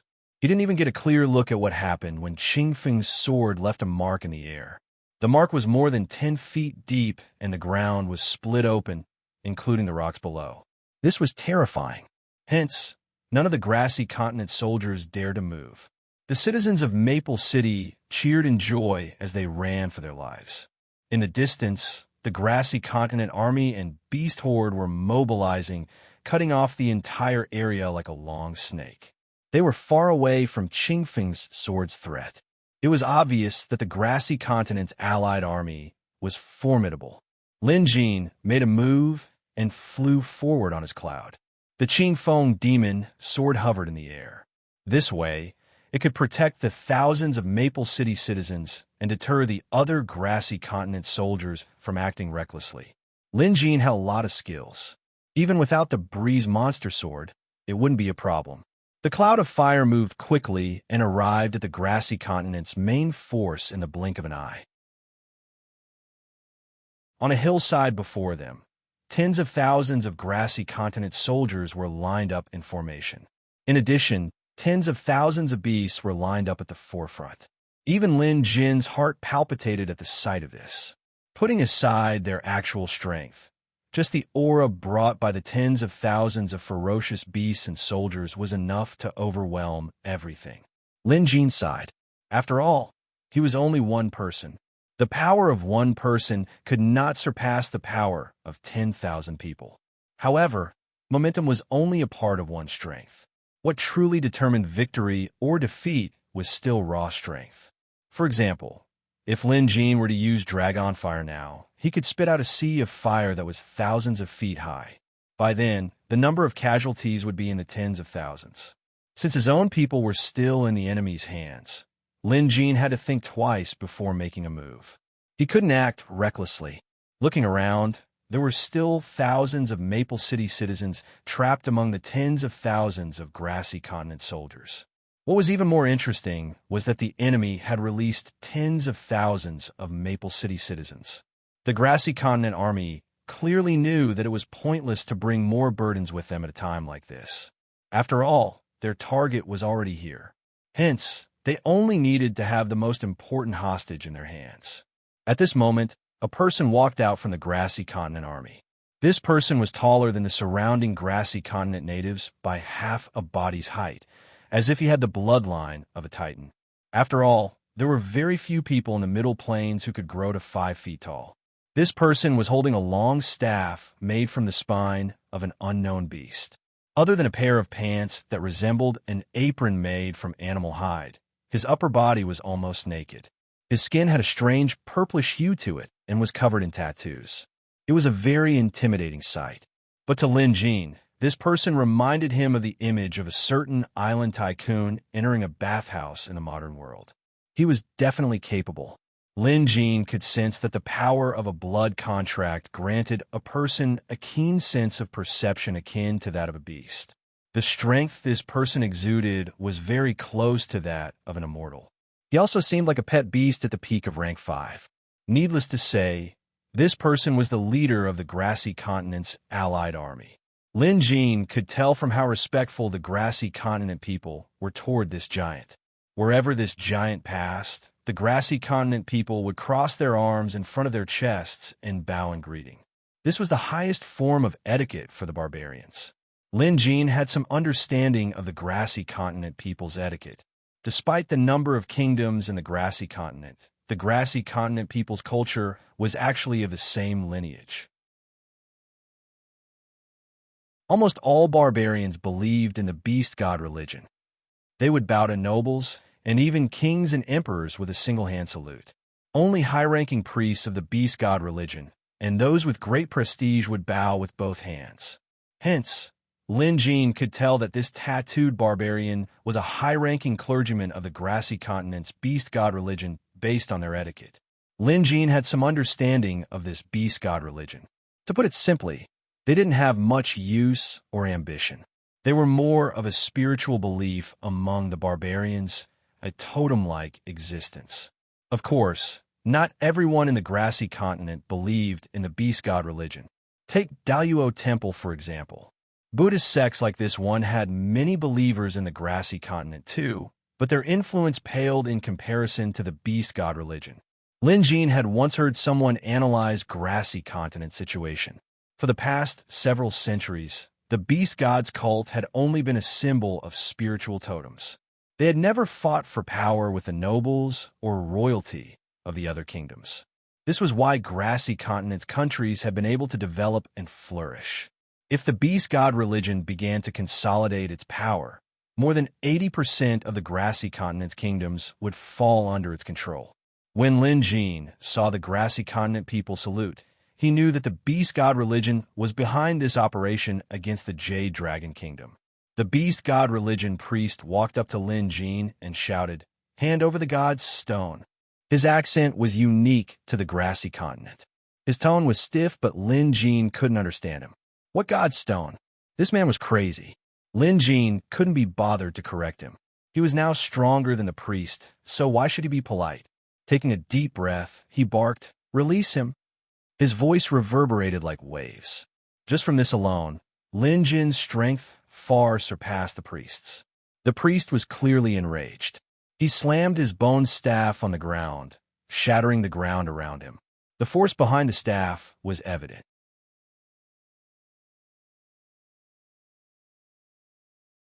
Chapter 711.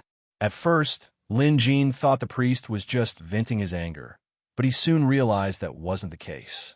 From beneath the collapsed ground, a black aura slowly seeped out. Like billowing smoke, it rose into the sky. Something wasn't right. Lin Jin could feel it. Invoking a spell, Lin Jin opened his mouth and exhaled lightly. An almost transparent wave of fire surged out, turning into a wave of fire that swept over. It was like a dragon's breath. This was Lin Jin's self-created spell, Dragon Fire.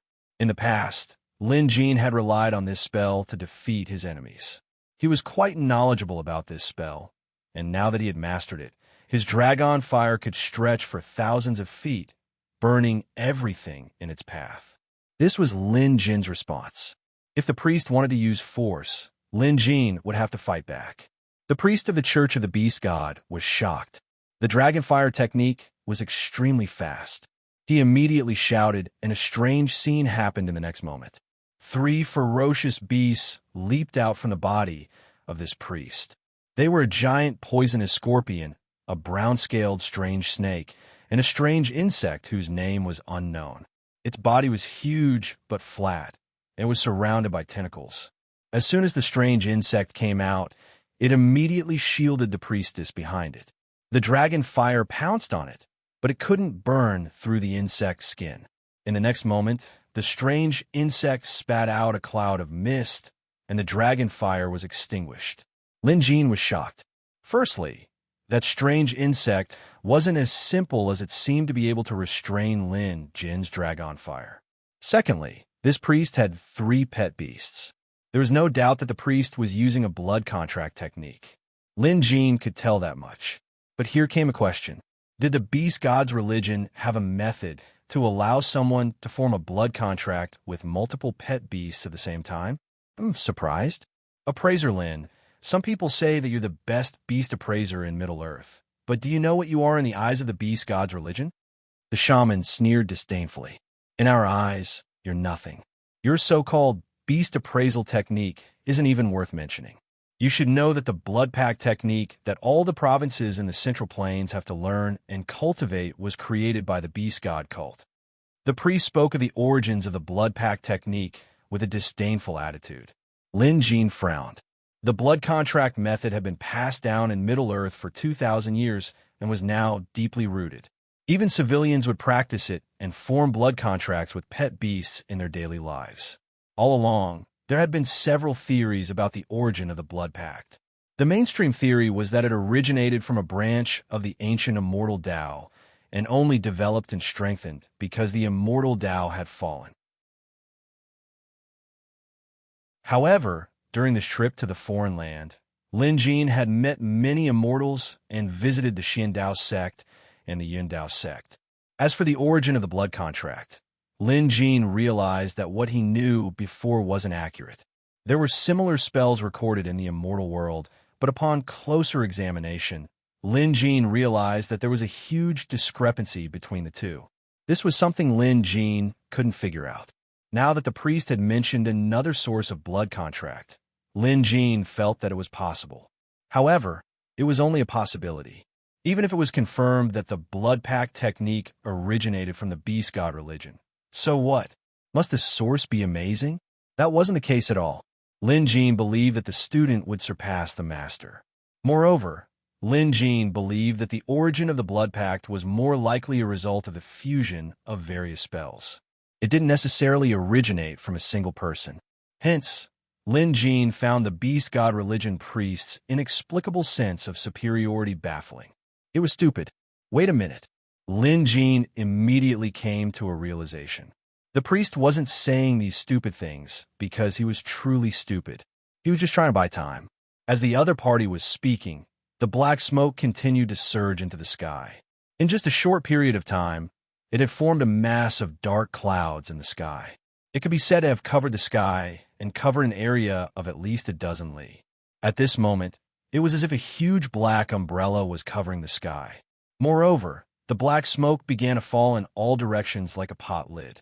Not only did it cover Lin Jin, but the grassy continent's army as well. Lin Jin looked up, and with a wave of his hand, the breezy monster sword returned to his grasp. Heaven slash!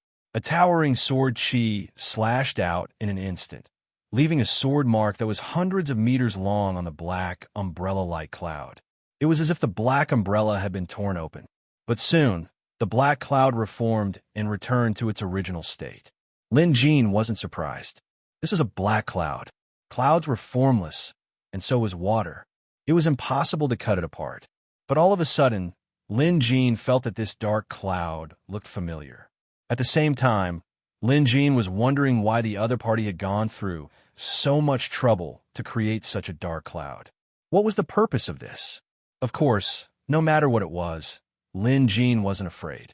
He pointed at the beast god religion priest before him, and the breezy monster sword swept out with flames.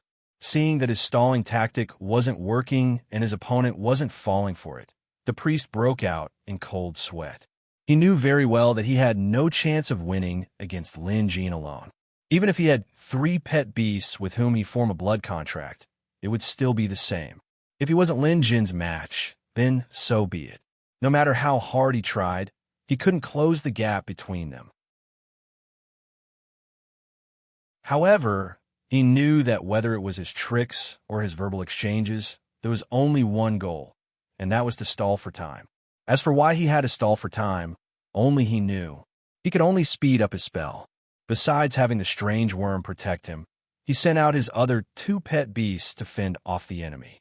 But just as he knew, the gap between their strengths was too great. It was just one slash. 2 of his rank 5 pet beasts were killed by Lin Jin with a single wave of sword energy. No doubt, Lin Jin hadn't used his full strength at first. To put it bluntly, Lin Jin was just testing the waters. Now that he was going all out, he didn't need anything else.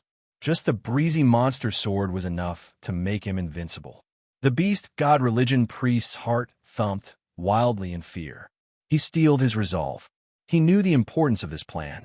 Even if his status was higher than that of country's emperor, he would do whatever it took. But if the situation called for it, he would throw caution to the wind, and it had to be done. If his plan failed, he would either be killed by Lin Jin or eaten up by the big shots behind him. Hence, he had to succeed. Taking out a small knife, the priest made a small cut on his arm. Blood immediately flowed out and dripped onto the ground. A huge black formation had already appeared beneath his feet. As the blood dripped onto the formation, as if it was being sucked up by the soil, it vanished without a trace. The next instant, black smoke billowed out at a speed several times faster than before.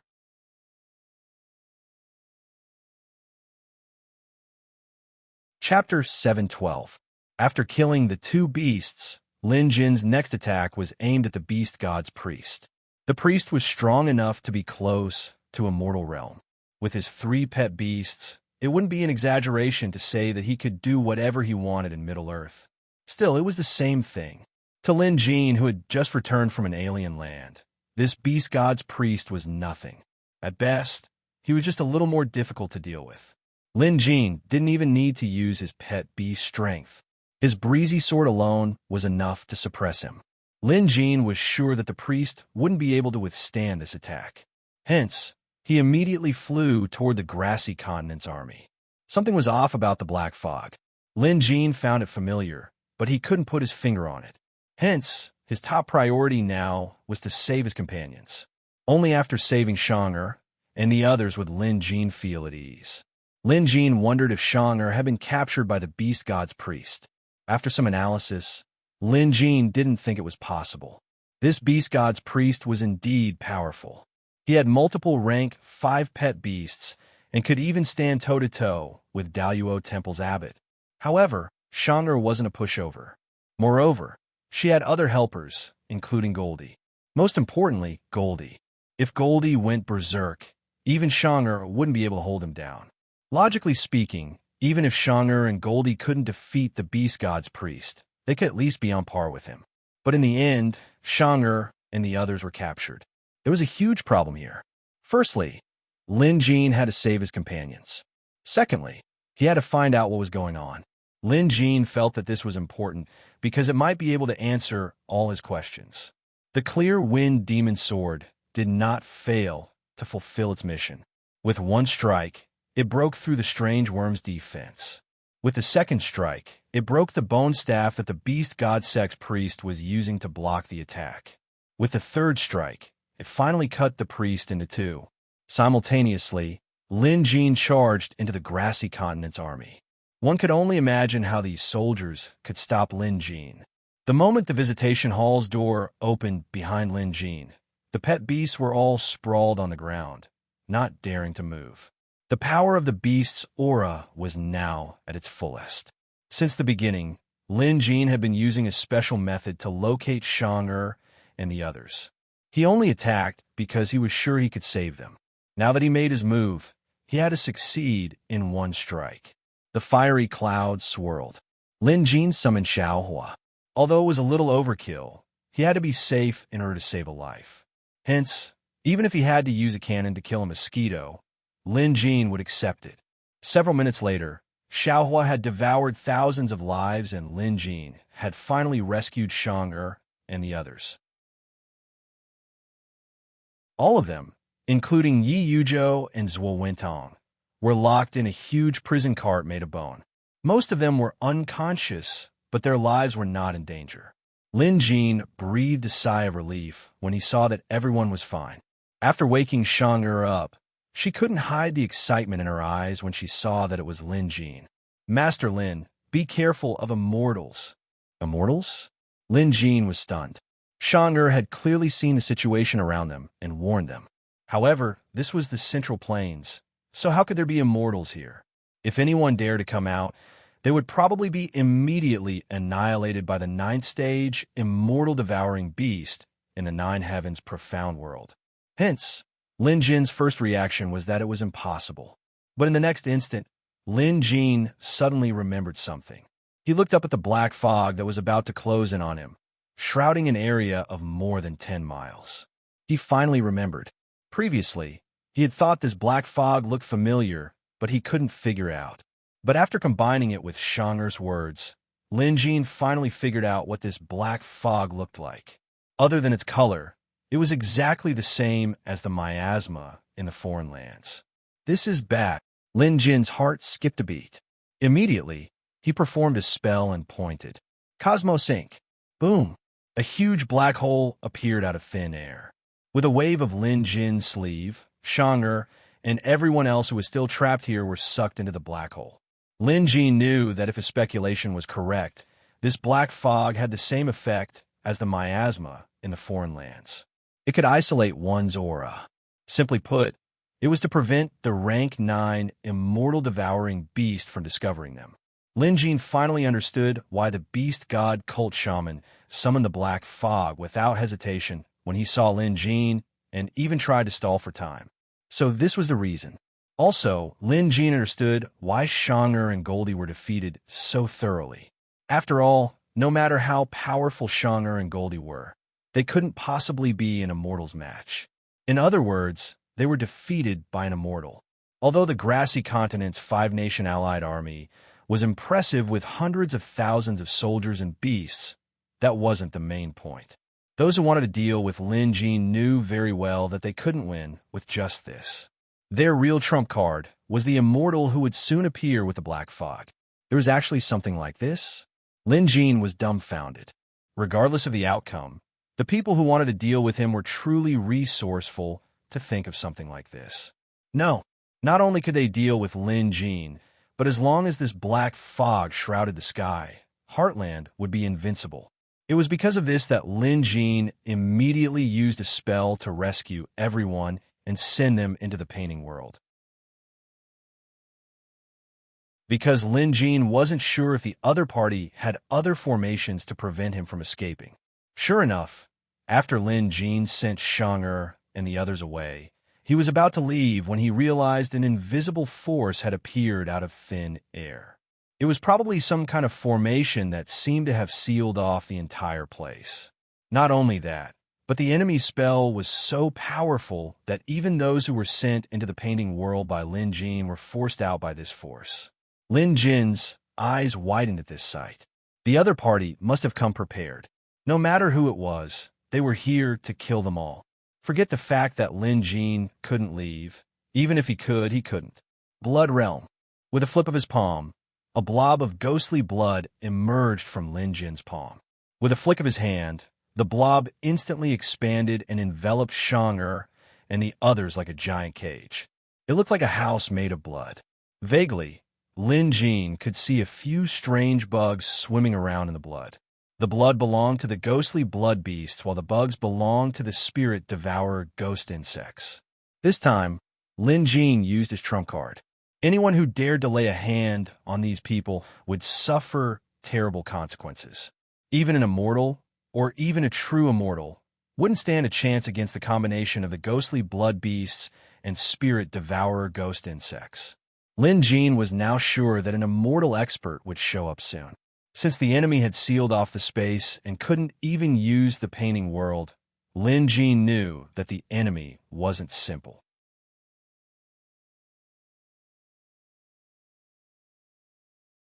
Chapter 713. Hence, Lin Jin had to treat this situation seriously. It wasn't just the ghostly blood beast and the spirit devourer ghost worm. Even Xiao Huo was on guard. Lin Jin was armed to the teeth with a breezy monster sword in hand and the Four Seas Freedom gourd hanging from his waist. Lin Jin made up his mind. No matter who came, he would take them on. After Xiao Huo killed several thousand people, the grassy continent's allied army was scared out of their wits. Unable to maintain their formation, they were now frightened by the various phenomena and began fleeing in all directions. However, Lin Jin reckoned they wouldn't be able to escape. The black fog had now formed a formation. Sure enough, in the next moment, a strange gust of wind blew past, bringing along the black fog and shrouding the surroundings in darkness. The sun could no longer be seen in the sky, and the current situation seemed to have instantly descended into night. Just then, a strange chuckle came from afar. "It's my turn to come out now. Ha! After being trapped in the outer realm for so long, I finally have the chance to step foot on Middle-earth." Following the voice, the aura of a pseudo-immortal emanated. This aura was deliberately released by the other party, carrying with it a tyrannical aura that had been suppressed for a long time. Lin Jin frowned. However, he didn't say a word. Instead, he patted Xiao Huo on the head.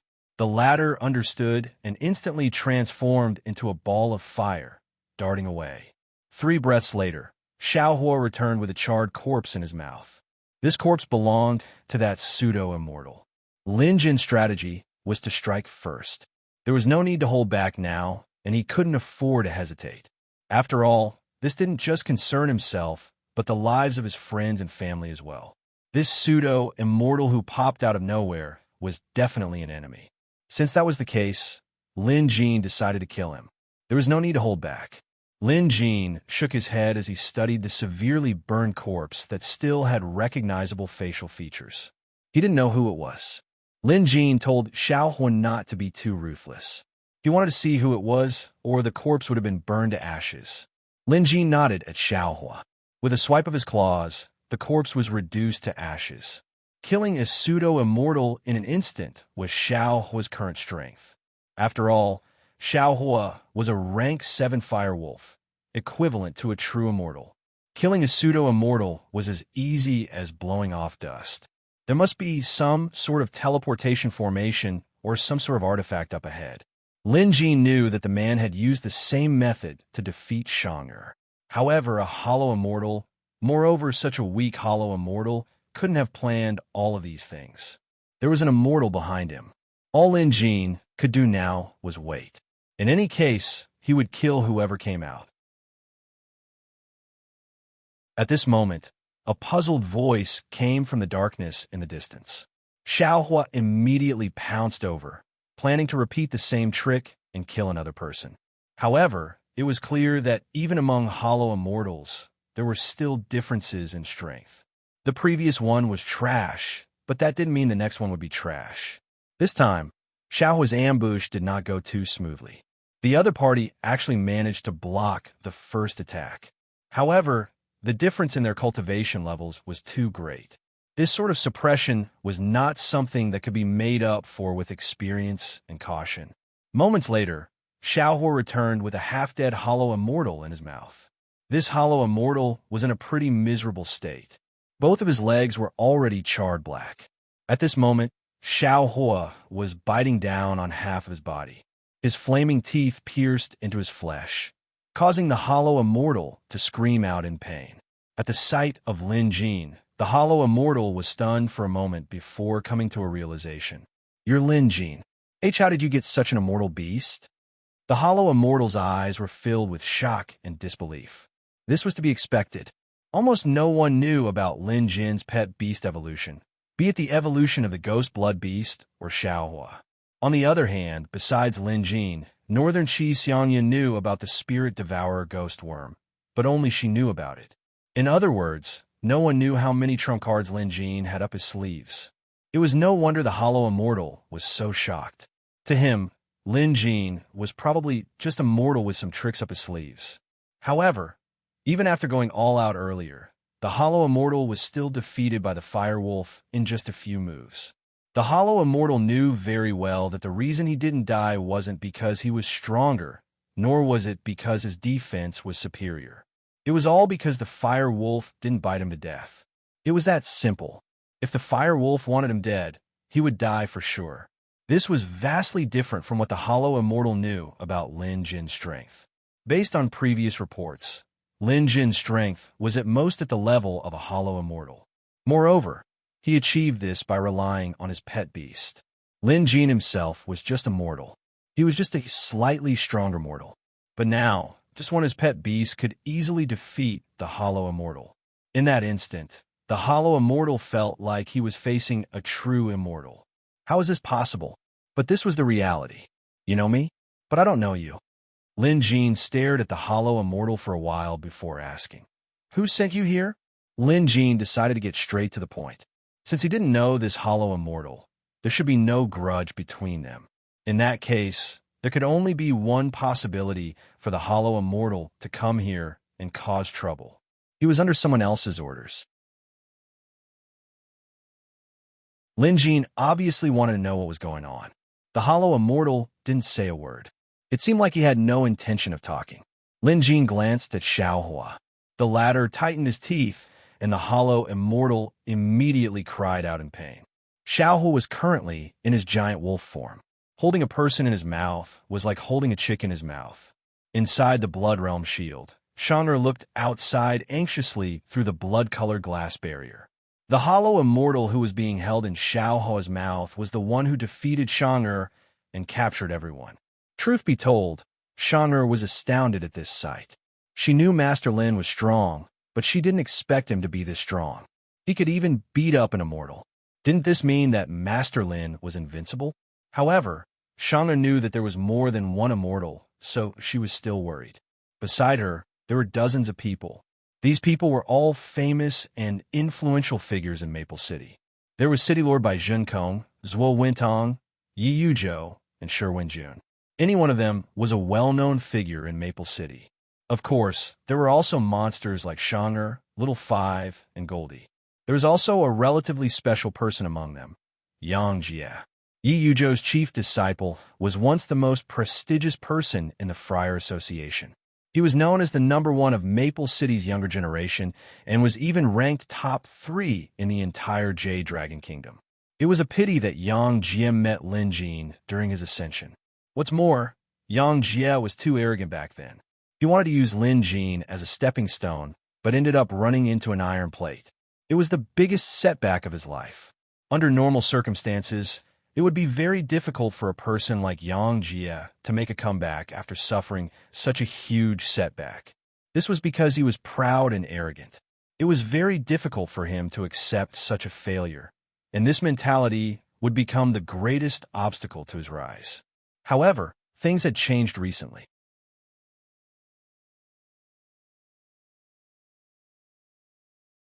Chapter 714. Yang Jie had indeed been quiet for a period of time. During that time, he was muddle-headed.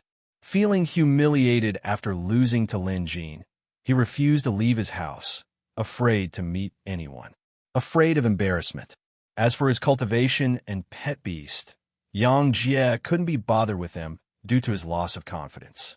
Even after Yi Yuzhou reprimanded him several times, it didn't work. If a person was depressed, not even 8 horses could pull him back. Although Yi Yuzhou didn't say it out loud, he felt sorry for Yang Jie.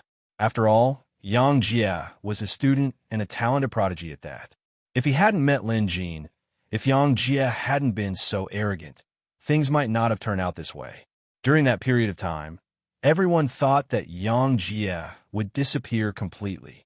Even the former members of the Friar Association began to gradually forget Yang Jie's name. But things always turn around. Yang Jie's turnaround was a little special. It wasn't that he had changed his arrogance, nor was it that he had thought things through and decided to keep a low profile. Instead, it was because Lin Jin's name resounded throughout Middle-earth. Including the title of curator, he was known as the #1 beast appraiser, the #1 person in Middle-earth. As curator's disciple, Lin Jin was equally powerful. Forget Yang Jie. Even if one were to pick out a so-called peerless genius from the various continents, who could compare to Lin Jin? No one. With that, Yang Jie's psychological burden was gone. In fact, the humiliation and blow of losing to Lin Jin suddenly transformed into something Yang Jie was proud of. It was like an honor that was engraved on Yang Jie's name. He was once Lin Jin's rival, but he was defeated by Lin Jin. It was an experience that no one else had. Thus, Yang Jie's arrogance and confidence returned. Of course, this was also thanks to this experience. Once, Yang Jie went on a trip to a neighboring country. Due to being stifled in Maple City, he was in a low mood. Coincidentally, he was in the neighboring country and participated in an elite meeting. The so-called elite meeting was a gathering of young elites from Middle-earth and even neighboring countries. There were nobles, young masters, and even royalty. Back then, Yang Jie had been pulled in by an old friend. His friend was a peerless prodigy from a neighboring country. At a young age, he already possessed a rank 4 beast and had a high blood contract realm. It could be said that his future was limitless. Wasn't it the same for Yang Jie previously? At that time, Yang Jie didn't want to go, but he couldn't resist the other party's coaxing and pestering. Only then did he go to the elite group. After arriving, Yang Jie's horizons were broadened. He used to be the king of a small city like Maple City and thought that he was a big shot. But after seeing the geniuses and elites of various kingdoms, he realized that he was just a frog at the bottom of a well. Everyone in the venue was an unreachable figure to Yang Jie. Regardless of background, status, strength, or talent, they were all one in a million. At that time, Yang Jie suffered a huge blow. But soon, the situation changed. It could even be said that it was a 180-degree change. In the beginning, that friend introduced Yang Jie to the other young geniuses, but the others weren't interested in Yang Jie at all. Some of them couldn't even be bothered to pay attention to him. This was undoubtedly another blow to Yang Jie. However, when they heard that Yang Jie was from Maple City, everyone became interested in him. At that time, Yang Jie knew why. Because Lin Jin was from Maple City. Perhaps Lin Jin himself didn't know that he was already so famous that even the young geniuses and elites of these countries looked up to him like an idol. Among those present, there were well-informed people. The news of Yang Jie and Lin Jin's disciple tournament spread like wildfire. At first, it was just a shameful incident, but everyone's attitude toward Yang Jie changed drastically. Each and every one of them took the initiative to strike up a conversation, as if Yang Jie was some great figure. The reason was simple. Yang Jie was once Lin Jin's rival. Although he lost, it didn't matter. Back then, Yang Jie didn't understand. But then, an impressive young genius said, "How could you possibly win against Lin Jin? It's only natural that you lost." Yang Jie came to a sudden realization. It turned out that no one thought losing to Lin Jin was a disgrace. On the contrary, to have the chance to meet and compete with Lin Jin was a supreme honor. It was a topic no one else had. Back then, a group of people, both men and women, all of noble status, surrounded Yang Jie and asked him about Lin Jin. Yang Jie actually felt a sense of glory. Using this opportunity, Yang Jie snuck into this elite circle. His confidence was back. Yang Jie regained his dignity. He began to think that those people were right. Losing to others was a disgrace, but losing to Lin Jin was an accident. Not only was it not a disgrace, it was also an honor. Those young geniuses didn't even have the chance to lose to Lin Jin, even if they wanted to. Moreover, Lin Jin's reputation continued to grow. People were saying that Lin Jin could even influence Heavenly Spiral Kingdom's Crown Prince selection. Some even said that Lin Jin was an immortal's disciple.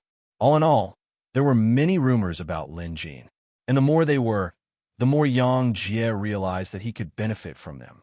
When a man achieves the Tao, even his chickens and dogs rise to heaven. Yang Jie never thought that he would one day become the property of a chicken and dog, and yet, this made him the envy of countless people. Later on, even Yang Jie saw Lin Jin as his idol, a goal he wanted to chase after. Just a while ago, Maple City was attacked by the grassy continent's 5 countries. Back then, Maple City was shrouded in a black fog, just like now. In the end, an immortal descended and defeated Lin Jin's disciples. Yang Jie and Yi Yuzhou went to help, but they were no match for the immortal. They were captured almost immediately. However, Yang Jie could clearly see that Lin Jin's outrageously beautiful female disciple could hold her own against the immortal for more than 10 rounds. This truly shocked Yang Jie. Even his teacher, Yi Yuzhou, was taken down by the immortal in one move. Yet, that girl could hold her own for more than 10 rounds. This meant that her strength far surpassed his teacher's. And this was just one of Lin Jin's disciples. Moreover, Yang Jie wasn't stupid. He was just being arrogant. He could tell that the grassy continent's 5 countries could easily crush the entire Jade Dragon Kingdom, much less Maple City.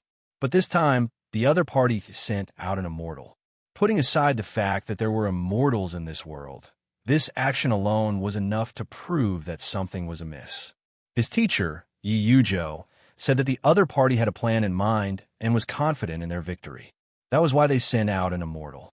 Back then, Yi Yuzhou looked just as incredulous. Fortunately, Yi Yuzhou had seen immortals in the visitation hall, so he wasn't surprised.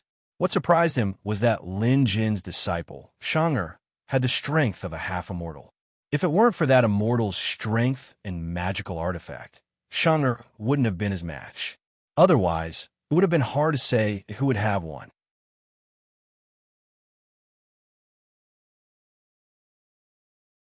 Chapter 715. Yang Jia was terrified. He didn't expect immortals to still exist in this world. After all, this was an immortal they were talking about, an existence that only existed in legends. Who would dare go against an immortal? Lin Jin? Even when his teacher told him that Lin Jin would come to save them, Yang Jie found it hard to believe. No matter how powerful Lin Jin was, could he be stronger than an immortal? And now, reality was slapping Yang Jie in the face. Looking out through the blood realm, he saw the immortal who single-handedly subdued his teacher, Yi Yuzhou, the Friar Association's mentors, and Lin Jin's female disciple. Now, he was half dead and Lin Jin was pointing a finger at his head as he interrogated him about his origins. This result was too shocking, too unbelievable. Also, was that giant fire wolf Lin Jin's pet beast? How could it be so powerful? It had only been a few moments, and the immortal was brought back like a dead dog. It seemed like the man couldn't even put up much of a fight. Was the immortal so weak? Or was Lin Jin just too strong? Yang Jie finally understood why the other party would send an immortal. It was because sending anyone else would have been a waste of time. Moreover, Lin Jin had just killed an immortal. Since when did immortals become so easy to deal with? In fact, Yang Jie wasn't the only one who was shocked. Inside the blood realm, unless they were still unconscious, everyone else who witnessed this had the same expression on their faces. Their eyes widened and their mouths agape, looking dumbfounded. Among them, there was no lack of people who were familiar with Lin Jin. In the past, they had interacted with him on a daily basis. But now, it was as if they were seeing him for the first time. Just then, another powerful aura surged toward them from afar. Yet another immortal. No, it might not be just one. Even with the protection of the Blood Realm's barrier, Yi Yuzhou and Yang Jie could still feel the presence of several powerful auras. They could feel it even from 1,000 feet away. The pressure made it difficult for them to move, as if they had fallen into an ice cave, and their blood was frozen. "Teacher, this," Yang Jie said. "Master, this," Yang Jie said. Beside him, Yi Yuzhou nodded. "I can feel it too. Given the current situation, there's nothing we can do to help. If we can feel it, Appraiser Lin must have noticed it as well. Don't say anything and just watch. If Appraiser Lin wins, then everything will be fine. But if he loses, none of us will survive." Yi Yuzhou wasn't exaggerating. This was the truth. They couldn't even reach the edge of this battle. Other than watching, there was nothing they could do. There was one thing that Yi Yuzhou didn't mention. This time, he could clearly sense that there was more than one immortal. One of them was so strong that it was simply unprecedented. But now, as he said, there was nothing he could do other than stare at her. Chandra was more anxious than anyone else. She really wanted to go out and help, but she was not strong enough. Outside, Lin Jin had noticed the arrival of a new immortal. However, he had asked all he needed to know. The hollow immortal that Xiaohua was biting was still afraid of death. As long as he was afraid of death, Lin Jin had a way to make him talk. Now, Lin Jin knew what was going on. He knew who the mastermind was and how the culprit managed to enter Middle-earth. However, this immortal didn't know anything about this black fog either. Clearly, this black fog was the real secret. Just as Lin Jin had guessed, Patriarch Xue Pao was the one behind all this. Not long after Lin Jin left, Patriarch Xue Pao was rescued by the beast god called Shaman. He was the one Lin Jin had cut into two. As for the beast god's religion, they had their own heritage, and these immortals were from the beast god's religion. Lin Jin also learned another secret. The beast god's religion had existed since the golden age of immortals. But during the great calamity of immortality, they didn't escape into outer space. Instead, they hid inside an immortal artifact called the Dark Prison Cage. This immortal artifact wasn't crafted by the immortals of the beast god's religion, but obtained from some ancient ruins. No one knew who made it, but one thing was for sure, it was a carefree immortal. Immortal artifacts were rare to begin with. Immortal weapons and Dharma treasures were rare to begin with. Even during the golden age of the immortal Tao, they were still extremely rare. The ghost prison cage that the beast god sect obtained was originally a Dharma treasure that could imprison others. Basically, it would be difficult for anyone who was trapped in it to escape, be it a false immortal or a true immortal. Moreover, the unique black fog inside could isolate everything. However, no one expected this immortal artifact to be used as a refuge. The black fog could isolate everything, including the senses of rank 9 immortal devouring beasts. Hence, for the past 2,000 years, the immortals of the beast god's religion had been hiding inside the dark prison cage, not daring to come out. Someone had come out before, but there was no news of them. The immortals inside were even more afraid to come out. That was until the immortals of the beast god's religion mastered the method of using the black fog. The black fog was able to block out the rank 9 immortal devouring beasts probing. After confirming this fact, the beast god religion that had disappeared for more than 2,000 years finally returned to the real world. Coincidentally, this happened about a month ago, which was when Lin Jin was out in the wild. This explained why the beast god's religion of Grassy Continent was just an empty shell without any actual strength. Hence, it couldn't influence the various kingdoms of Grassy Continent. But things were different now. With absolute power, the beast god's religion was the true ruler of Grassy Continent. The immortals of the beast god's religion were ambitious. Perhaps because they had been trapped in the dark prison cage for too long. Now that they had the chance to step into the outside world, they immediately began their plan. First, they wanted to take control of Grassy Continent. To the immortals of the beast god's religion, this was their chance to take control of Middle-earth. Although the beast god's religion wasn't bad in the past, they were suppressed by the other immortal sections. This time, they had a chance to take control of Middle-earth. Grassy Continent was only the first step. They would recruit experts and eradicate dissidents. It was at this time that the beast god's religion found Patriarch Xue Pao. With the black fog that could isolate immortal energy, Patriarch Xue Pao was finally able to see the light of day again. Although the immortal's corpse couldn't be extracted immediately, with the black fog around, Patriarch Xue Pao's movements were no longer restricted. Just as Lin Jin had guessed, the beast god's religion was targeting him because of Patriarch Xue Pao's instigation. Of course, the immortals of the beast god's religion weren't stupid. They couldn't just attack whoever Patriarch Xue Pao wanted to. But when Patriarch Xue Pao said that God's stone was in Lin Jin's hands, the beast god's religion began to target Lin Jin. This was Lin Jin's second time hearing the word God's stone. Moreover, it was Patriarch Xue Pao who said it, so there must be a special meaning behind it. What is a God's stone? Lin Jin felt like he should figure this out. Perhaps he could use this to make the beast god's religion and Patriarch Xue Pao fight each other. After all, he didn't have any God's stone.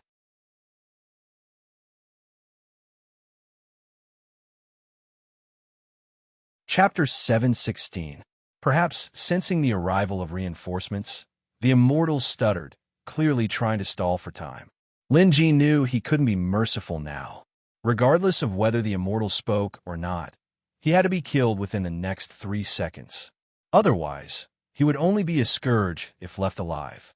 The immortal thought he could stall for time, but in the next instant, he felt a sharp pain as an unstoppable flame engulfed him. He was burned to death. His soul was destroyed. At the same time, the sound of something slicing through the air could be heard. 3 arrogant immortals, surrounded by immortal auras, had arrived before them. Why did Yin Ji's aura disappear?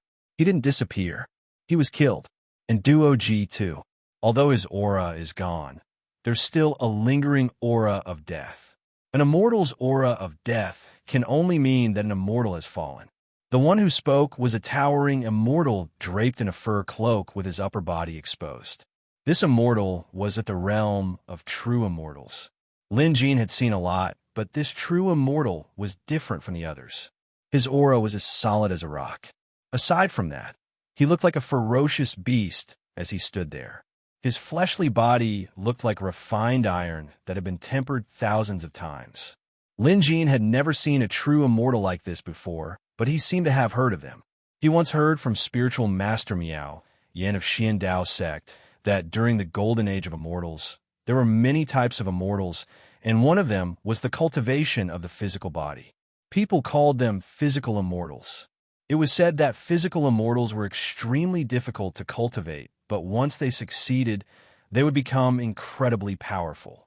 Instead of relying on spells, these immortals could withstand magic treasures with their bodies alone. They were unafraid of wind, thunder, fire, and lightning. From a certain perspective, the physical body of a physical immortal was their magic treasure. If this was a fleshly body immortal, it would be a true immortal body immortal. Lin Jin's expression turned grim. As for the two pseudo-immortals on either side of this physical immortal, although they weren't weak, they were only on par with the two immortals from before. Lin Jin wasn't afraid of them at all. Given the current situation, Lin Jin had already killed two of their immortals, so there was no way they could negotiate any further. Moreover, Lin Jin didn't want to negotiate. It was the Beast God's cult who attacked him first. Even if it was because of Patriarch Xue Pao's instigation, they had to bear the consequences. Lin Jin had to retaliate with everything he had. So what if he was a perfected immortal? At rank 7, Xiaohu was on par with a true immortal. Lin Jin had the ghostly blood beast and spirit devourer ghost bug, so even a true immortal could be killed. The Breeze's monster sword was sharp.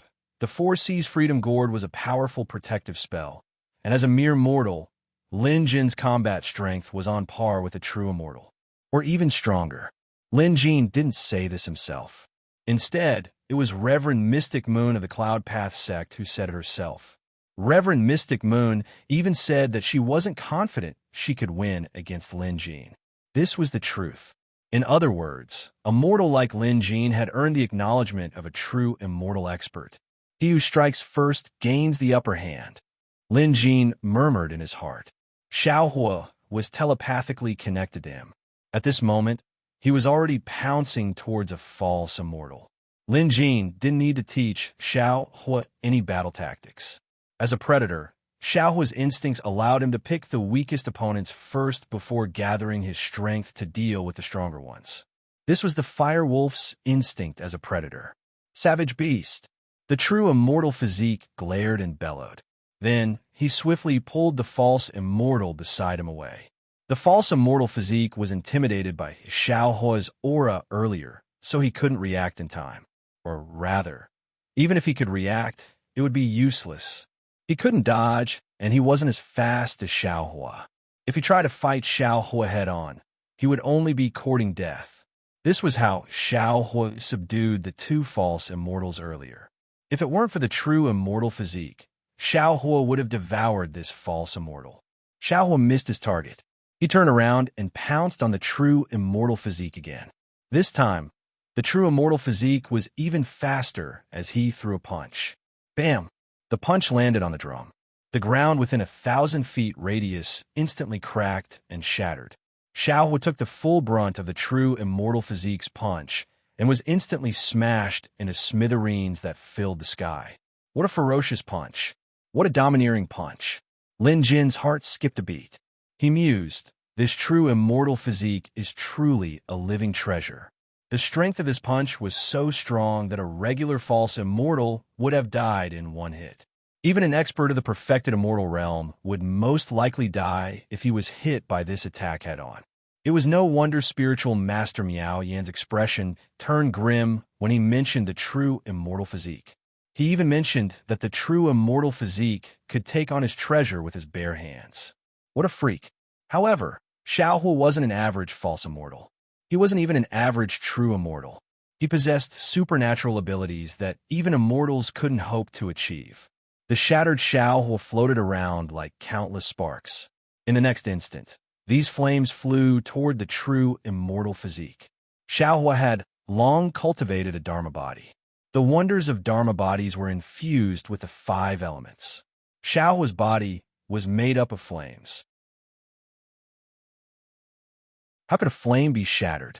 Even if it was shattered, it could reform. This was the power of pet beasts. Sometimes, a rank 6 pet beast was stronger than a false immortal. This was an undeniable fact. Heaven and Earth Furnace. At this moment, Lin Jin cast the blood contract spell and cast the flame blessing spell all at once. Anyway, he had enough spirit energy now. According to the unit calculation, his current spirit energy had already exceeded 1,000 points.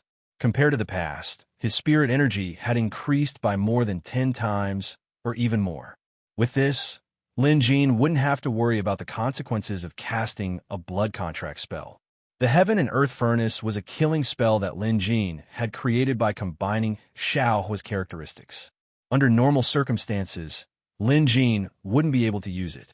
After all, this skill was too destructive. Anyone who got sucked into the Heaven and Earth Furnace, even an immortal, would definitely die. After all, Xiaohua's flames weren't something that anyone could endure. If he could get rid of this true immortal physique first, the remaining 2 false immortals would be for nothing. When the time came, Lin Jin could capture them and interrogate them.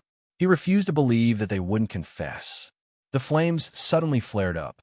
Like a giant flaming tornado, the flames soared into the sky. It was thousands of feet tall, and it looked like it connected heaven and earth. The thick ball of flames in the middle was like a furnace.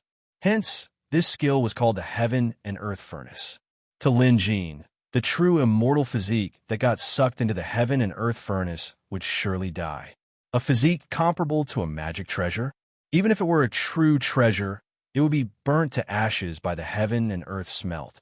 No matter how strong one's physical body was, it wasn't made of metal. How could it withstand the flames of the heaven and earth smelt? Rumble. The flames tumbled like the sun, making it hard to see. Come to think of it, it was strange. Even with Lin Jin's Heaven and Earth Furnace, the raging flames didn't manage to break through the black fog. Lin Jin had no idea how this thing was formed. The Heaven and Earth Furnace was too powerful. Lin Jin could only maintain it for 3 to 5 breaths. When the time was up, he would have to dispel the spell. However, 3 to 5 breaths was enough to melt a mountain made of metal into molten iron. That true immortal physique was dead for sure. However, just as the flames weakened and the Heaven and Earth Furnace dissipated, an angry roar came from the other side.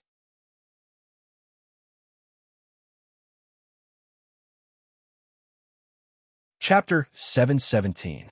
A silhouette broke out of the furnace that had yet to extinguish. His body was wreathed in lingering flames. It was the physical immortal. He's not dead. Lin Jin was startled as well. Activating the Heaven and Earth Furnace earlier had only consumed a little of Lin Jin's mana. But for Xiaohua, it was enough for him to recuperate. However, he didn't expect his sure kill move to fail to kill the physical immortal. His plan to decapitate him had failed. B** starred. How dare you ambush me? I'll tear you apart today. The physical immortal cursed. The true immortal body state was cursing out right now. Even though he wasn't dead yet, he was severely injured. Earlier on, the Heaven and Earth smelt had nearly burned him to death. In fact, several of his fingers were burned off and his flesh was almost charred. Many protruding parts of his body had been burned to ashes, including the most important parts of a man. Even though the physical immortal had cultivated to the realm of rebirth from a single drop of blood and had an immortal body, the humiliation and pain was enough to drive him insane. Now, the physical immortal was enraged. Ever since he cultivated his supernatural powers and became a true immortal, he had never suffered such humiliation, especially when his opponent was a mere mortal. A true immortal had been injured by a mere mortal. If word got out, he would be too ashamed to face anyone. In his rage, the physical immortal punched at Lin Jin at a speed comparable to a flying sword. Lin Jin was already prepared. The Four Seas Freedom gourd immediately shot out a stream of water, forming several water walls in front of Lin Jin. At the same time, the breezy monster sword flew out with a whoosh, slashing at the physical immortal with a sword beam. It only took a split second for both parties to exchange blows. The physical immortal had the upper hand this time, landing a direct hit on the first water wall. The wall crumbled at once, and the force of the punch surged out, shattering the second and third water walls. Fortunately, Lin Jin had covered himself with the ghost blood beast beforehand, and the water walls had negated 90% of the opponent's strength. The last bit of force landed on Lin Jin. Even with the protection of the ghost blood beasts, Lin Jin was sent flying over 100 feet away. He almost fainted, but he didn't because of the ghost blood beasts. Also, he spat out a mouthful of blood, almost choking to death. Too strong.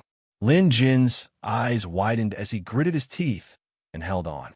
He lamented to himself that he was still too weak and that there was a need for him to increase his defensive measures. At present, it would appear that it would not be an issue for him to encounter the average pseudo-immortals. However, if he were to encounter a true immortal, it would truly be insufficient. What Lin Jin didn't know was that if other immortals were to witness this, their jaws would drop.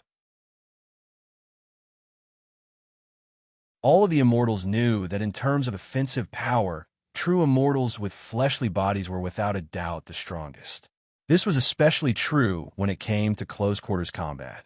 In terms of punching power, no immortal could compare to true immortals with fleshly bodies, let alone take a punch head-on. Lin Jin could be proud that he managed to survive as a mortal. On the other side, the true immortal fleshly body had a look of surprise on his face as well. Clearly, he was thinking that his punch should have been enough to kill the other party, but the result was the complete opposite. In the next instant, the Clearwind demon sword slashed over. The true immortal's fleshly body immediately swung his arms to block.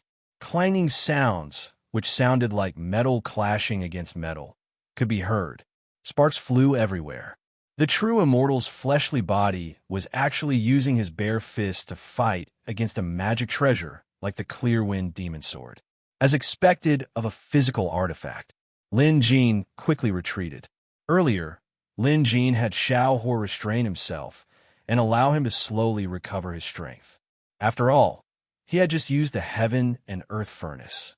But now, Lin Jin had to admit that he had no idea how to deal with this true immortal fleshly body. To be able to defend against the heaven and earth furnace, this body was too strong. As for the Clearwind demon sword, it could only leave a faint white mark on the true immortal's body. That was all. Just then, the other two hollow immortals seized the opportunity to ambush the people in the blood world. To them, these people were mere mortals, ants. They could capture or subdue them first, so that they could use them as blackmail against Lin Jin. Then, they would have the upper hand. However, they didn't expect Lin Jin to be prepared for this, hiding a spirit-eater ghost worm inside the blood world. One of the hollow immortals didn't notice it. When he went over, he reached out and tried to break the blood world. But the next moment, he shrieked and retreated. His eyes were filled with fear as he looked at his palm. A ghost worm had just burrowed into it. What's going on? What the hell is this? The hollow immortal panicked. He shouted for his companions to save him while he tried to force the ghost worm out. But was it that easy to force this thing out? After all, this was a demonic creature personally refined by Lord Guy, a true immortal of the demonic path. After Lin Jin subdued it and nourished it by the ghost blood beast, its strength increased by another level. No matter what the hollow immortal did, he couldn't force the ghost worm out. However, the other hollow immortal was a ruthless character. With quick reflexes, he invoked a sword spell and used his finger as a sword to cut off the hollow immortal's arm. Ordinary hollow immortals couldn't regrow severed limbs. Cutting off an arm was equivalent to crippling a person. But this was the only way to save the hollow immortal. The hollow immortal's face twitched from the pain, but he sounded extremely grateful. That seems to be the legendary spirit-eater ghost worm. This kid is really strange to have such a legendary demonic creature. We need to be careful. Before the hollow immortal could finish, his companion who had his arm cut off let out a blood-curdling scream and turned into a puddle of blood. The hollow immortal died. What? What's going on? The other hollow immortal from the beast god cult retreated in fright. His arm had clearly been cut off, so he should be fine. Just then, he saw a few ghost worms swimming around in the puddle of blood on the ground. He immediately understood what was going on. When he grabbed the ghost worm earlier, he didn't try to isolate it. In fact, the moment the ghost worm entered his body, the final outcome was already decided. No doubt, the horror of the spirit-eater ghost worm far exceeded his imagination. I mustn't touch this demonic creature. The hollow immortal no longer dared to approach the blood world, nor did he have the guts to join the battle between the physical immortal and Lin Jin. After some thought, the hollow immortal retreated, probably to report the situation. Lin Jin didn't have time to stop him. He had to focus on the physical immortal. This time, Lin Jin borrowed the power of the ghost blood beast and mixed it with the spirit eater ghost worm to create a rain of blood. As long as it came into contact with the physical immortal, the spirit eater ghost worm would burrow into his flesh. Since Lin Jin and the physical immortal were locked in a fierce battle, it was now a contest of who had more chips and who had better trump cards. Lin Jin believed that his opponent must have trump cards and tricks he hadn't used yet. Hence, Lin Jin had to seize the initiative.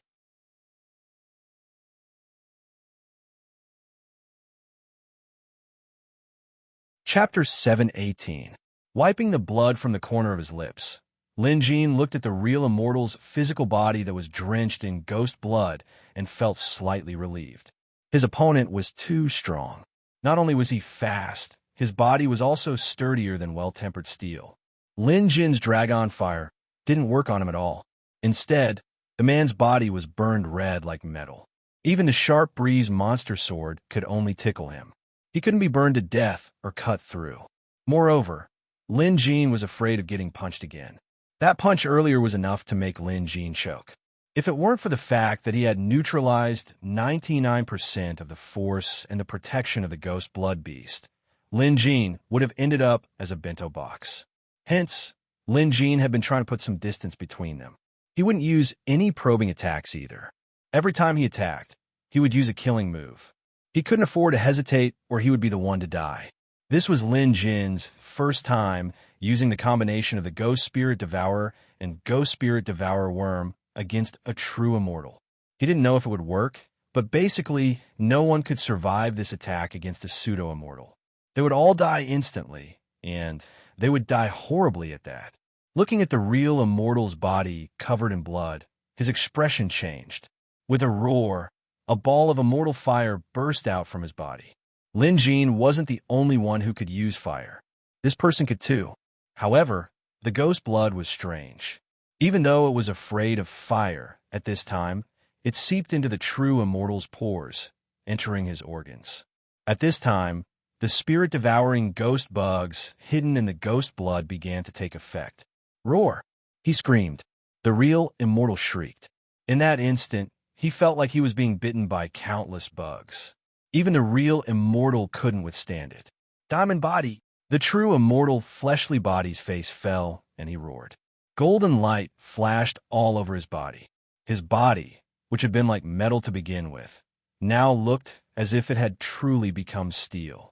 In fact, it even revealed the texture and luster that only metal could have. This was clearly a supernatural power of a true immortal. It could turn one's body into metal in a short period of time, making it invulnerable to any attacks. It could be seen that the Ghost Devourer bug's display of might earlier had instantly brought about great pain and damage to the true immortal's fleshly body. Due to that, the true immortal had no choice but to use this skill to protect himself. Even immortals would not be able to move if they turned into a block of metal. This was also the drawback of the diamond body. Lin Jin could sense that the Ghost Spirit Devourer could no longer consume the creature's flesh. A strange balance had been formed between the two. But while the man couldn't move, Lin Jin could. At this moment, Lin Jin pointed out with his finger, causing the clear wind demon sword to slash down. Clang! It was still unable to break through the defense. I don't believe it. Lin Jin's expression darkened. No matter what, he had to destroy this physical immortal today. The reason was simple. Since they were enemies, if he didn't destroy him, he would destroy Lin Jin. After buying some time, Xiaohua had recovered quite a bit of his strength. Lin Jin decided to go all out and cast the heaven and earth furnace again. Lin Jin had a feeling that this diamond body couldn't be perfect. There must be a weakness. Metal was most afraid of flames. Lin Jin must have been unlucky that he didn't manage to burn his opponent to death, so he planned to try again. Heaven and earth furnace. Xiaohua pounced over and turned into countless sparks. Once again, they formed a giant pillar of fire that enveloped the motionless physical immortal. Burn! Lin Jin even planned to discard the ghost spirit devourer that had infiltrated the man's body. If he could use this chance to destroy this physical immortal, giving up some ghost spirit devourer bugs was nothing. Lin Jin had a feeling that using the heaven and earth furnace this time would be effective. It was a loud rumble. This time, Lin Jin used all his strength.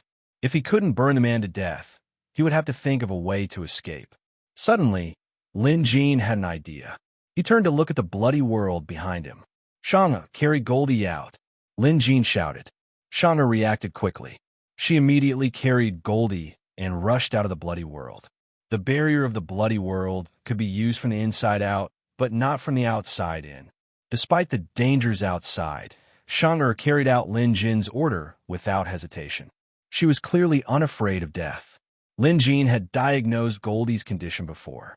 He had been injured by an immortal before, so he was rather listless. Lin Jin had been too anxious earlier that he forgot about this. The Heaven and Earth Furnace was a terrifying spell that could kill enemies. But to Goldie, it was a great supplement. Lin Jin had missed this opportunity once, but he couldn't miss it again. Moreover, he needed Goldie's golden crow flames to enhance the Heaven and Earth Furnace's power. "Goldie, fly over." At Lin Jin's command, Shanga hurled Goldie over with all her might. Goldie was smart enough to know what Lin Jin wanted him to do. He expanded in size in the air, and all his feathers turned into flames.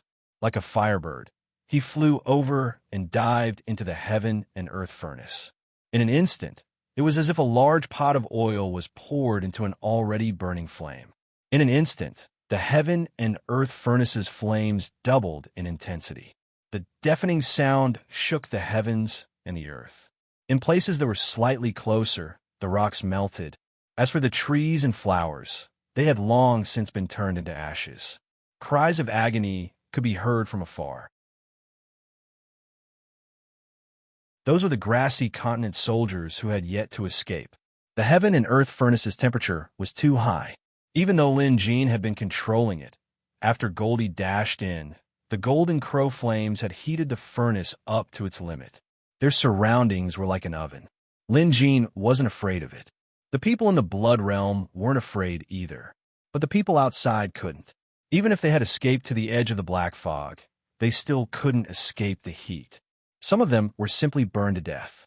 Situations like this were common. Some could only use their pet beasts to defend themselves.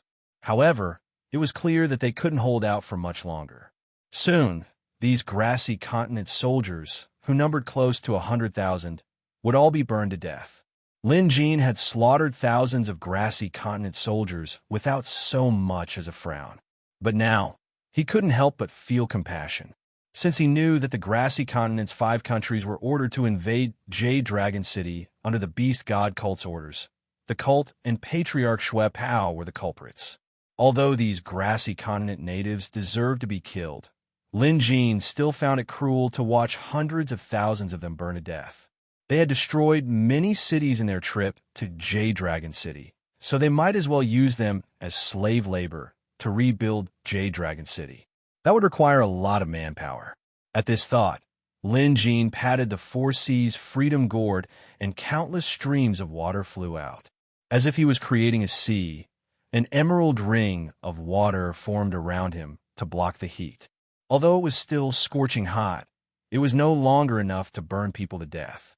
Having escaped death, the grassy continent soldiers kneeled to thank Lin Jin in gratitude. Lin Jin's attention was still on the Heaven and Earth Furnace.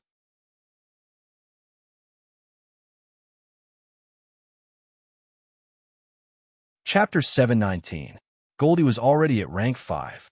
If all went well, with the help of the furnace, he should be able to reach rank 6 and truly activate the Golden Crow's bloodline.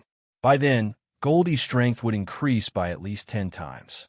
Lin Jin's expression was still grim. Through the ghost blood beast, he could sense that the spirit devourer ghost insects that had invaded the physical immortal's body were still alive. What did this mean? It meant that the physical immortal was still alive. What the hell is this? Why can't it be burned to death? Lin Jin felt his scalp prickle. The current heaven and earth furnace was the strongest spell he could cast. The temperature in the furnace was comparable to that of the scorching sun. How could it not die? The physical strength of a physical immortal had once again refreshed Lin Jin's understanding. But the more it was like this, the more Lin Jin wanted to kill it. Lin Jin reached into his cosmic bag and took out an amulet. Vulcan Edict. This was the edict spell Lin Jin was most familiar with.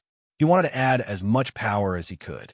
Perhaps this small amulet would be the last straw that broke the immortal's back. No need. Lin Jin invoked a spell with one hand, activated the Vulcan Edict, and smashed it over. Crack, crack. The furnace grew in size again. The current heaven and earth furnace could destroy anything no matter where it struck. It could even burn mountains and seas. Even the grass beneath Lin Jin's feet was burning. His surroundings were like a flaming hell. Other than the raging flames, blinding light, and scorching heat, he could feel nothing else. Suddenly, Lin Jin felt the spirit devourer ghost insects disappear. They had been burned to death. This discovery lifted Lin Jin's spirits. The spirit devourer ghost insects hiding inside the physical immortal's body had been burned to death. This was a clear indication that the physical immortal was most likely dead. But just to be safe, Lin Jin held on for a little longer before dispersing the heaven and earth furnace. There was already a huge pit in front of them. Everything around it was scorching hot, as if it was a volcano full of magma.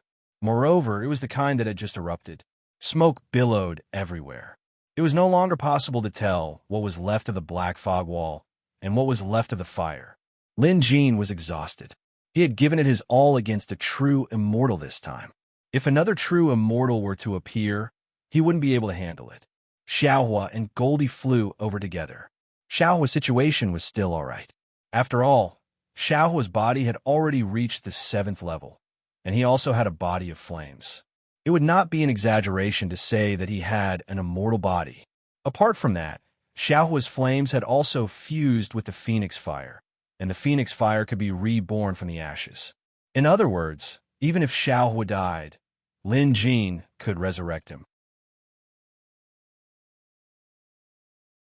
Just as Lin Jin predicted, Goldie had evolved. But now, he was brimming with vigor.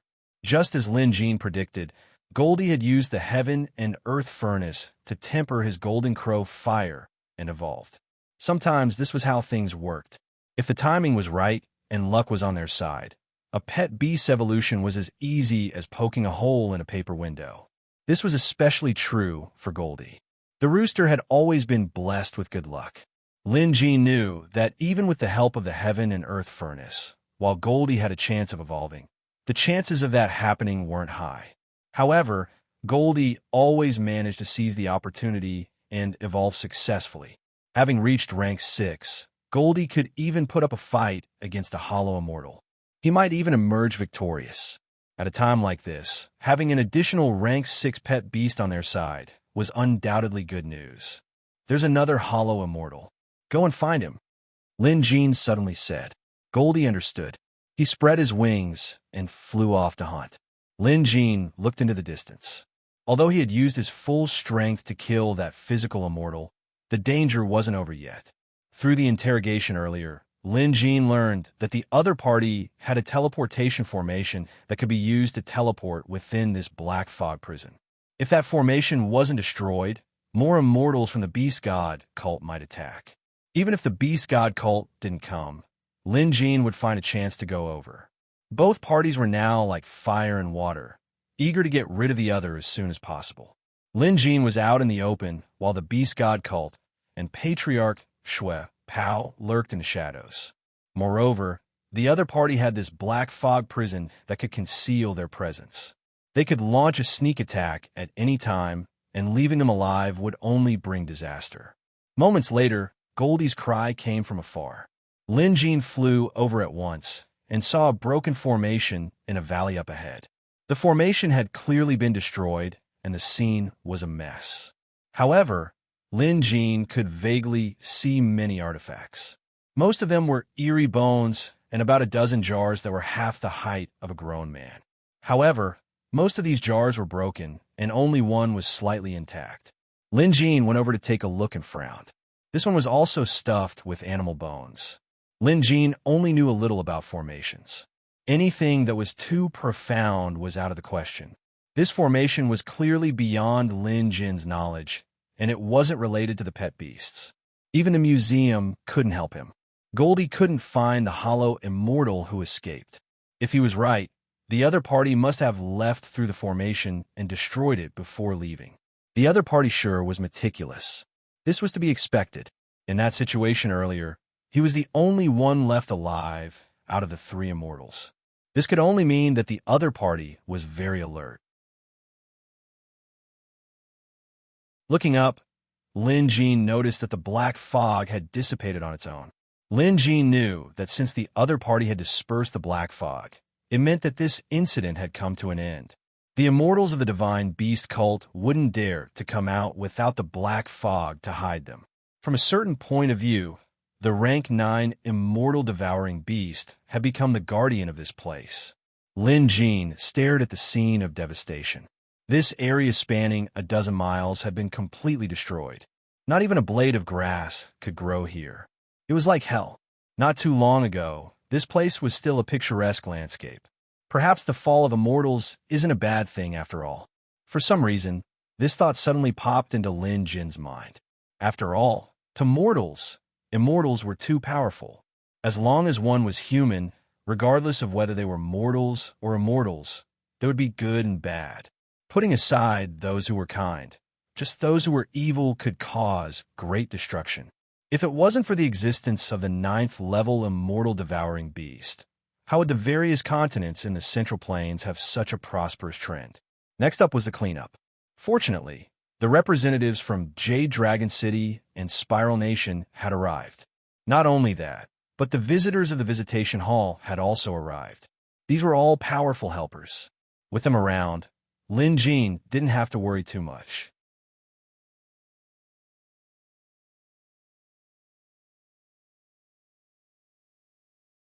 Chapter 720. The wind blowing through the valley was no longer as scorching hot as before. Instead, it was slightly cooling. However, the unique smell of burning still lingered in the air. A general of the Jade Dragon Kingdom was in charge of receiving tens of thousands of grassy continent captives. Currently, under the escort of the Jade Dragon Kingdom soldiers, the tens of thousands of grassy continents allied forces captives had their heads lowered and their hands and feet tied up as they walked back in a line. On the horizon, one could see a snake-like procession that seemed to have no end. 2 days ago, when the Allied army ambushed the Jade Dragon Kingdom, they had never experienced such a huge victory like today. Now, rumors were flying all over the place. They said that there were immortals backing the 5 countries. Weren't immortals supposed to exist in the legends? How could there still be immortals in this world? Everyone had these questions. At first, it was a huge psychological burden. After all, they were only mortals. Even with the support of their pet beasts, they were still mortals. How could mortals fight immortals? To them, immortals represented the heavens. Humans couldn't possibly fight against the heavens. However, Lin Jin's appearance had completely overturned this perception. The news of appraiser Lin slaying 4 immortals single-handedly had spread like wildfire to all corners of the world. After all, this wasn't just a rumor. Many people had witnessed it with their own eyes. This included Maple City's city lord. None of them were liars, and many of Maple City's citizens were saved by appraiser Lin. Hence, no one dared to doubt this rumor. This brought about an increase in his confidence. Just half a day ago, this general of Jade Dragon Kingdom was still trembling in fear, even fearful. He thought the Jade Dragon Kingdom had no hope of winning this war. Even if the Spiral Nation came to their aid, it would still be useless. Their opponents were too strong. Just 2 premium countries were enough to overwhelm them. However, the situation had taken a drastic turn in such a short period of time. Appraiser Lin had returned. Everything had changed. The Allied army of the grassy continent began to retreat. They had even captured more than 100,000 grassy continent soldiers. According to appraiser Lin, these grassy continent natives had come to destroy the Jade Dragon Kingdom. Hence, they had to pay the price and become slave laborers to rebuild the kingdom. No one dared to go against Appraiser Lin's words. Not even Jade Dragon Kingdom's emperor had as much authority as Appraiser Lin. This was not only a reflection of strength, but also a reflection of status. It was an undeniable fact that Appraiser Lin had saved Jade Dragon City with his invincible might. Rumor had it that Emperor He Qian was planning to confer Lin Jin the title of Lord Protector, a rank 1 duke.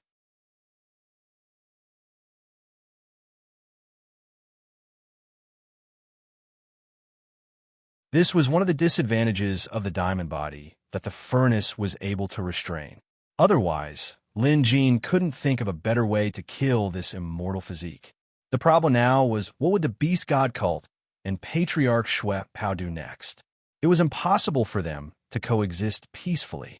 Both parties didn't have any means of communication, so they would most likely continue fighting. Lin Jin had a plan ahead. Just then, Shang walked in. Behind her were 2 tall figures, followed by an extremely thick demonic aura. In fact, from the moment these 2 arrived at Maple City, everyone in the city could feel it. It was as if an invisible mountain was pressing down on them, especially those with high-level pet beasts. They couldn't even stand up to these 2 figures. The same went for the Jade Armor Army guarding the hall, because it was almost certain that these 2 people who looked like humans weren't humans at all. The shorter one among them was about 3 meters tall, while the taller one was like a giant. Especially his facial features, no matter how you looked at it. He looked like a ferocious tiger. Cave Master, Brother Lin. Both of them greeted Lin Jin as soon as they entered. They were Taoist too, and the golden-winged monster, whom Lin Jin had met in Liangzhou. Lin Jin was now the cave master of the demonic Black Wind Cave. At his command, thousands of ferocious monsters would flatten everything. Due to Liangzhou's remote location, the monsters in the demonic Black Wind Cave had obeyed Lin Jin's orders to cultivate obediently and not go out to cause trouble. Hence, Taoist Hu and the others had no idea that the 5 countries of Grassy Continent had mobilized their troops against the Jade Dragon Kingdom. It was only after they found out that they rushed over. Taoist, who was almost at the level of an immortal, while the golden winged monster was already at the immortal realm. With these 2 monsters joining the fray, Lin Jin now had a few more useful helpers. But this wasn't enough. Lin Jin turned to Shang'er. Among the fox demons, Shang'er was at rank 5 and the most talented. Other than her, no one else had the chance to advance to the immortal realm in the near future. In other words, they were rank 6 pet beasts. His opponents were too strong, so Lin Jin had to increase his bargaining chips.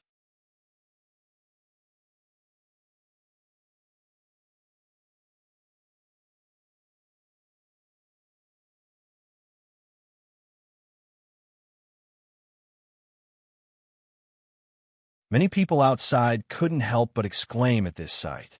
Among the crowd was Jade Dragon Emperor He Qian, who had been waiting outside. He hadn't had the chance to meet Lin Jin yet. Truth be told, as Jade Dragon Kingdom's emperor, He Qian was rather displeased by Lin Jin's refusal to meet him. At the end of the day, He Qian was Jade Dragon Kingdom's emperor, and it was inexcusable for Lin Jin to not show him respect. However, after witnessing this scene and the strong people who had gathered here because of Lin Jin, He Qian understood that no matter how displeased he was, he couldn't show it on his face. On second thought, he felt relieved. Lin Jin's strength had surpassed that of a so-called immortal. It was Jade Dragon Kingdom's fortune to have Lin Jin as their guardian. Although they were almost annihilated by the Grassy Continent's 5 countries, as long as Jade Dragon Kingdom was around, they would surely return to their former glory. They might even become one of the major countries. No, it wasn't just a major country. With Lin Jin around, Jade Dragon Kingdom would surpass all the other premium countries. He Qian had no doubt about this.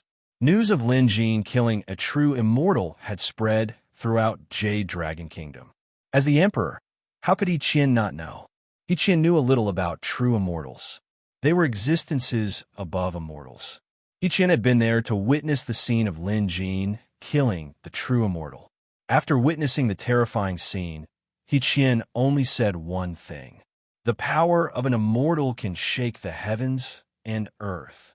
If Lin Jin could kill a true immortal, didn't that mean that Lin Jin now possessed the power of a true immortal? With such a strong person watching over the kingdom, it would be difficult for Jade Dragon Kingdom not to prosper. With this, forget about Lin Jin not showing him any respect. He Qian was even willing to let Lin Jin be the emperor. Also, Lin Jin had single-handedly saved tens of thousands of Maple City citizens. Not only that, he had also slaughtered thousands of Grassy Continent soldiers and captured more than 100,000 people. Lin Jin alone was enough to suppress a premium country. Only a fool wouldn't want to cling to someone like this. He Qian was overwhelmed with pride. Just then, a subordinate reported that the Emperor of Spiral Country had arrived and requested to meet Jade Dragon Kingdom's emperor. He Qian was stunned. The emperor of a large country came to meet him? How is that possible? But on second thought, why couldn't it be possible? Needless to say, the emperor was here to pay Lin Jin a visit. Although it was out of courtesy, it could also mean that the emperor was afraid of Lin Jin and wanted to curry favor with him. In the past, He Qian would have been treated as a lunatic if he said something like this. But now this was the reality. All right, send word back and invite Emperor Spiral over.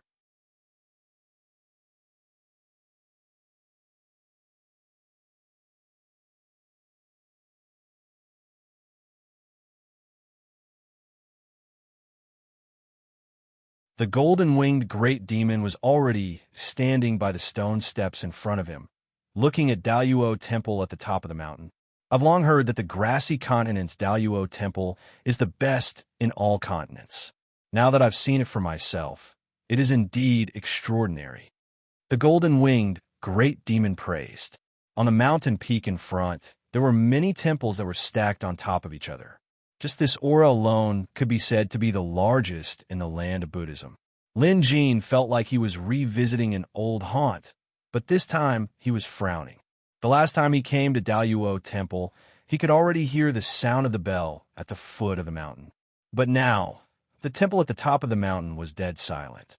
Something must have happened. Let's go. Lin Jin didn't want to delay any further. Daluo Temple still had some history with him. Firstly, he had gotten to know the monks of Daluo Temple through a fight. Only after befriending them did he realize that the monks of Daluo Temple were upright and righteous. Other than that, Lin Jin had mentioned Daluo Temple to Hui Yuan when they were in the foreign lands. Who knew that Daluo Temple had some history with Hui Yuan? Strictly speaking, Hui Yuan was considered a grandmaster of Daluo Temple. Lin Jin had promised Hui Yuan that he would think of a way to bring Daluo Temple to the foreign lands and expand it. But now, something big had clearly happened. Riding a cloud up the mountain, Lin Jin and the others soon arrived at Daluo Temple's entrance. Usually, there would be monks guarding this place.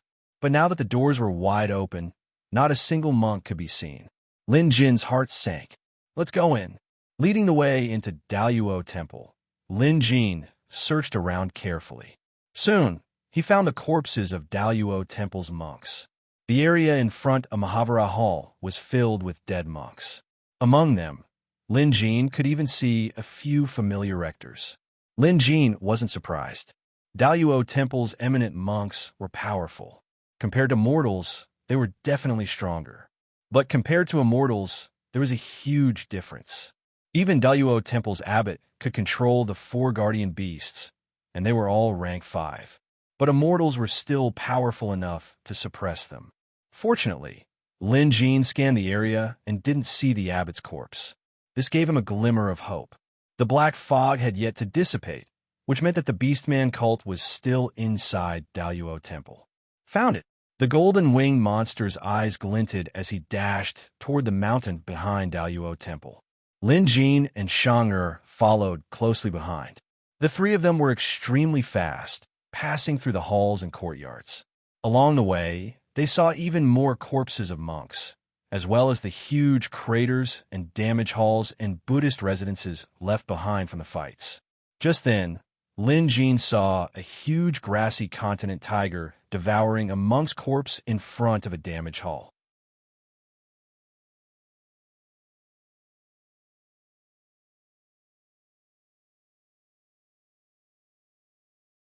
Chapter 723. The excruciating pain tormented him, and the immortal couldn't hold it in any longer. All he wanted now was for Lin Jin to grant him a quick death so he wouldn't have to suffer anymore. Hence, no matter what Lin Jin asked, he would tell him everything he knew. The stubborn foe Lin Jin encountered last time either refused to speak or knew very little, so the help he could provide was limited. This captured immortal clearly knew a lot, and Lin Jin's thirst for knowledge was satisfied. For example, how many immortals were there in the beast god cult? At first, Lin Jin thought there were quite a lot, but he didn't think that much.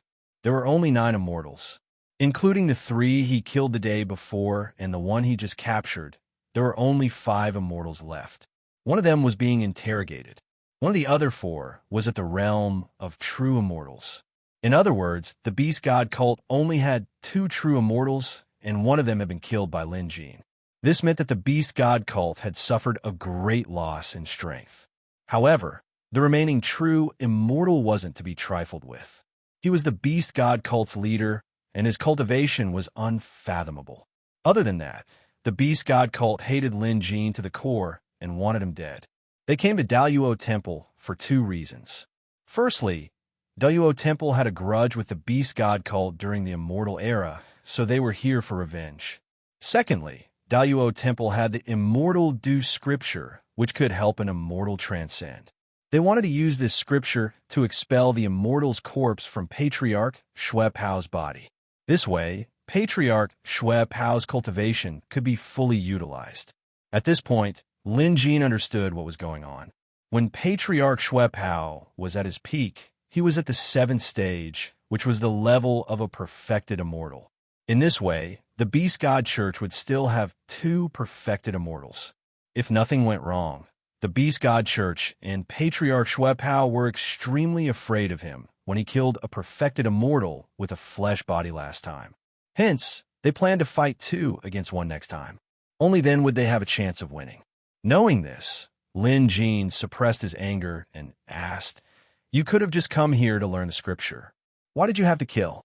Even if Daluo Temple had a grudge against the Beast God cult, that was a matter of the previous generation. Daluo Temple is now filled with mortals, so why did you have to kill them all? However, the immortal gave him a look of disdain. Mortals are ants. In the past, when the immortal Dao was at its peak, we killed mortals without question. Moreover, the Daluo Temple has a grudge against the Beast God cult. In other words, the other party didn't take this seriously at all. Upon hearing this, Lin Jin could no longer hold back his murderous intent. With a wave of his hand, the spirit devourer ghost bug began to devour the immortal.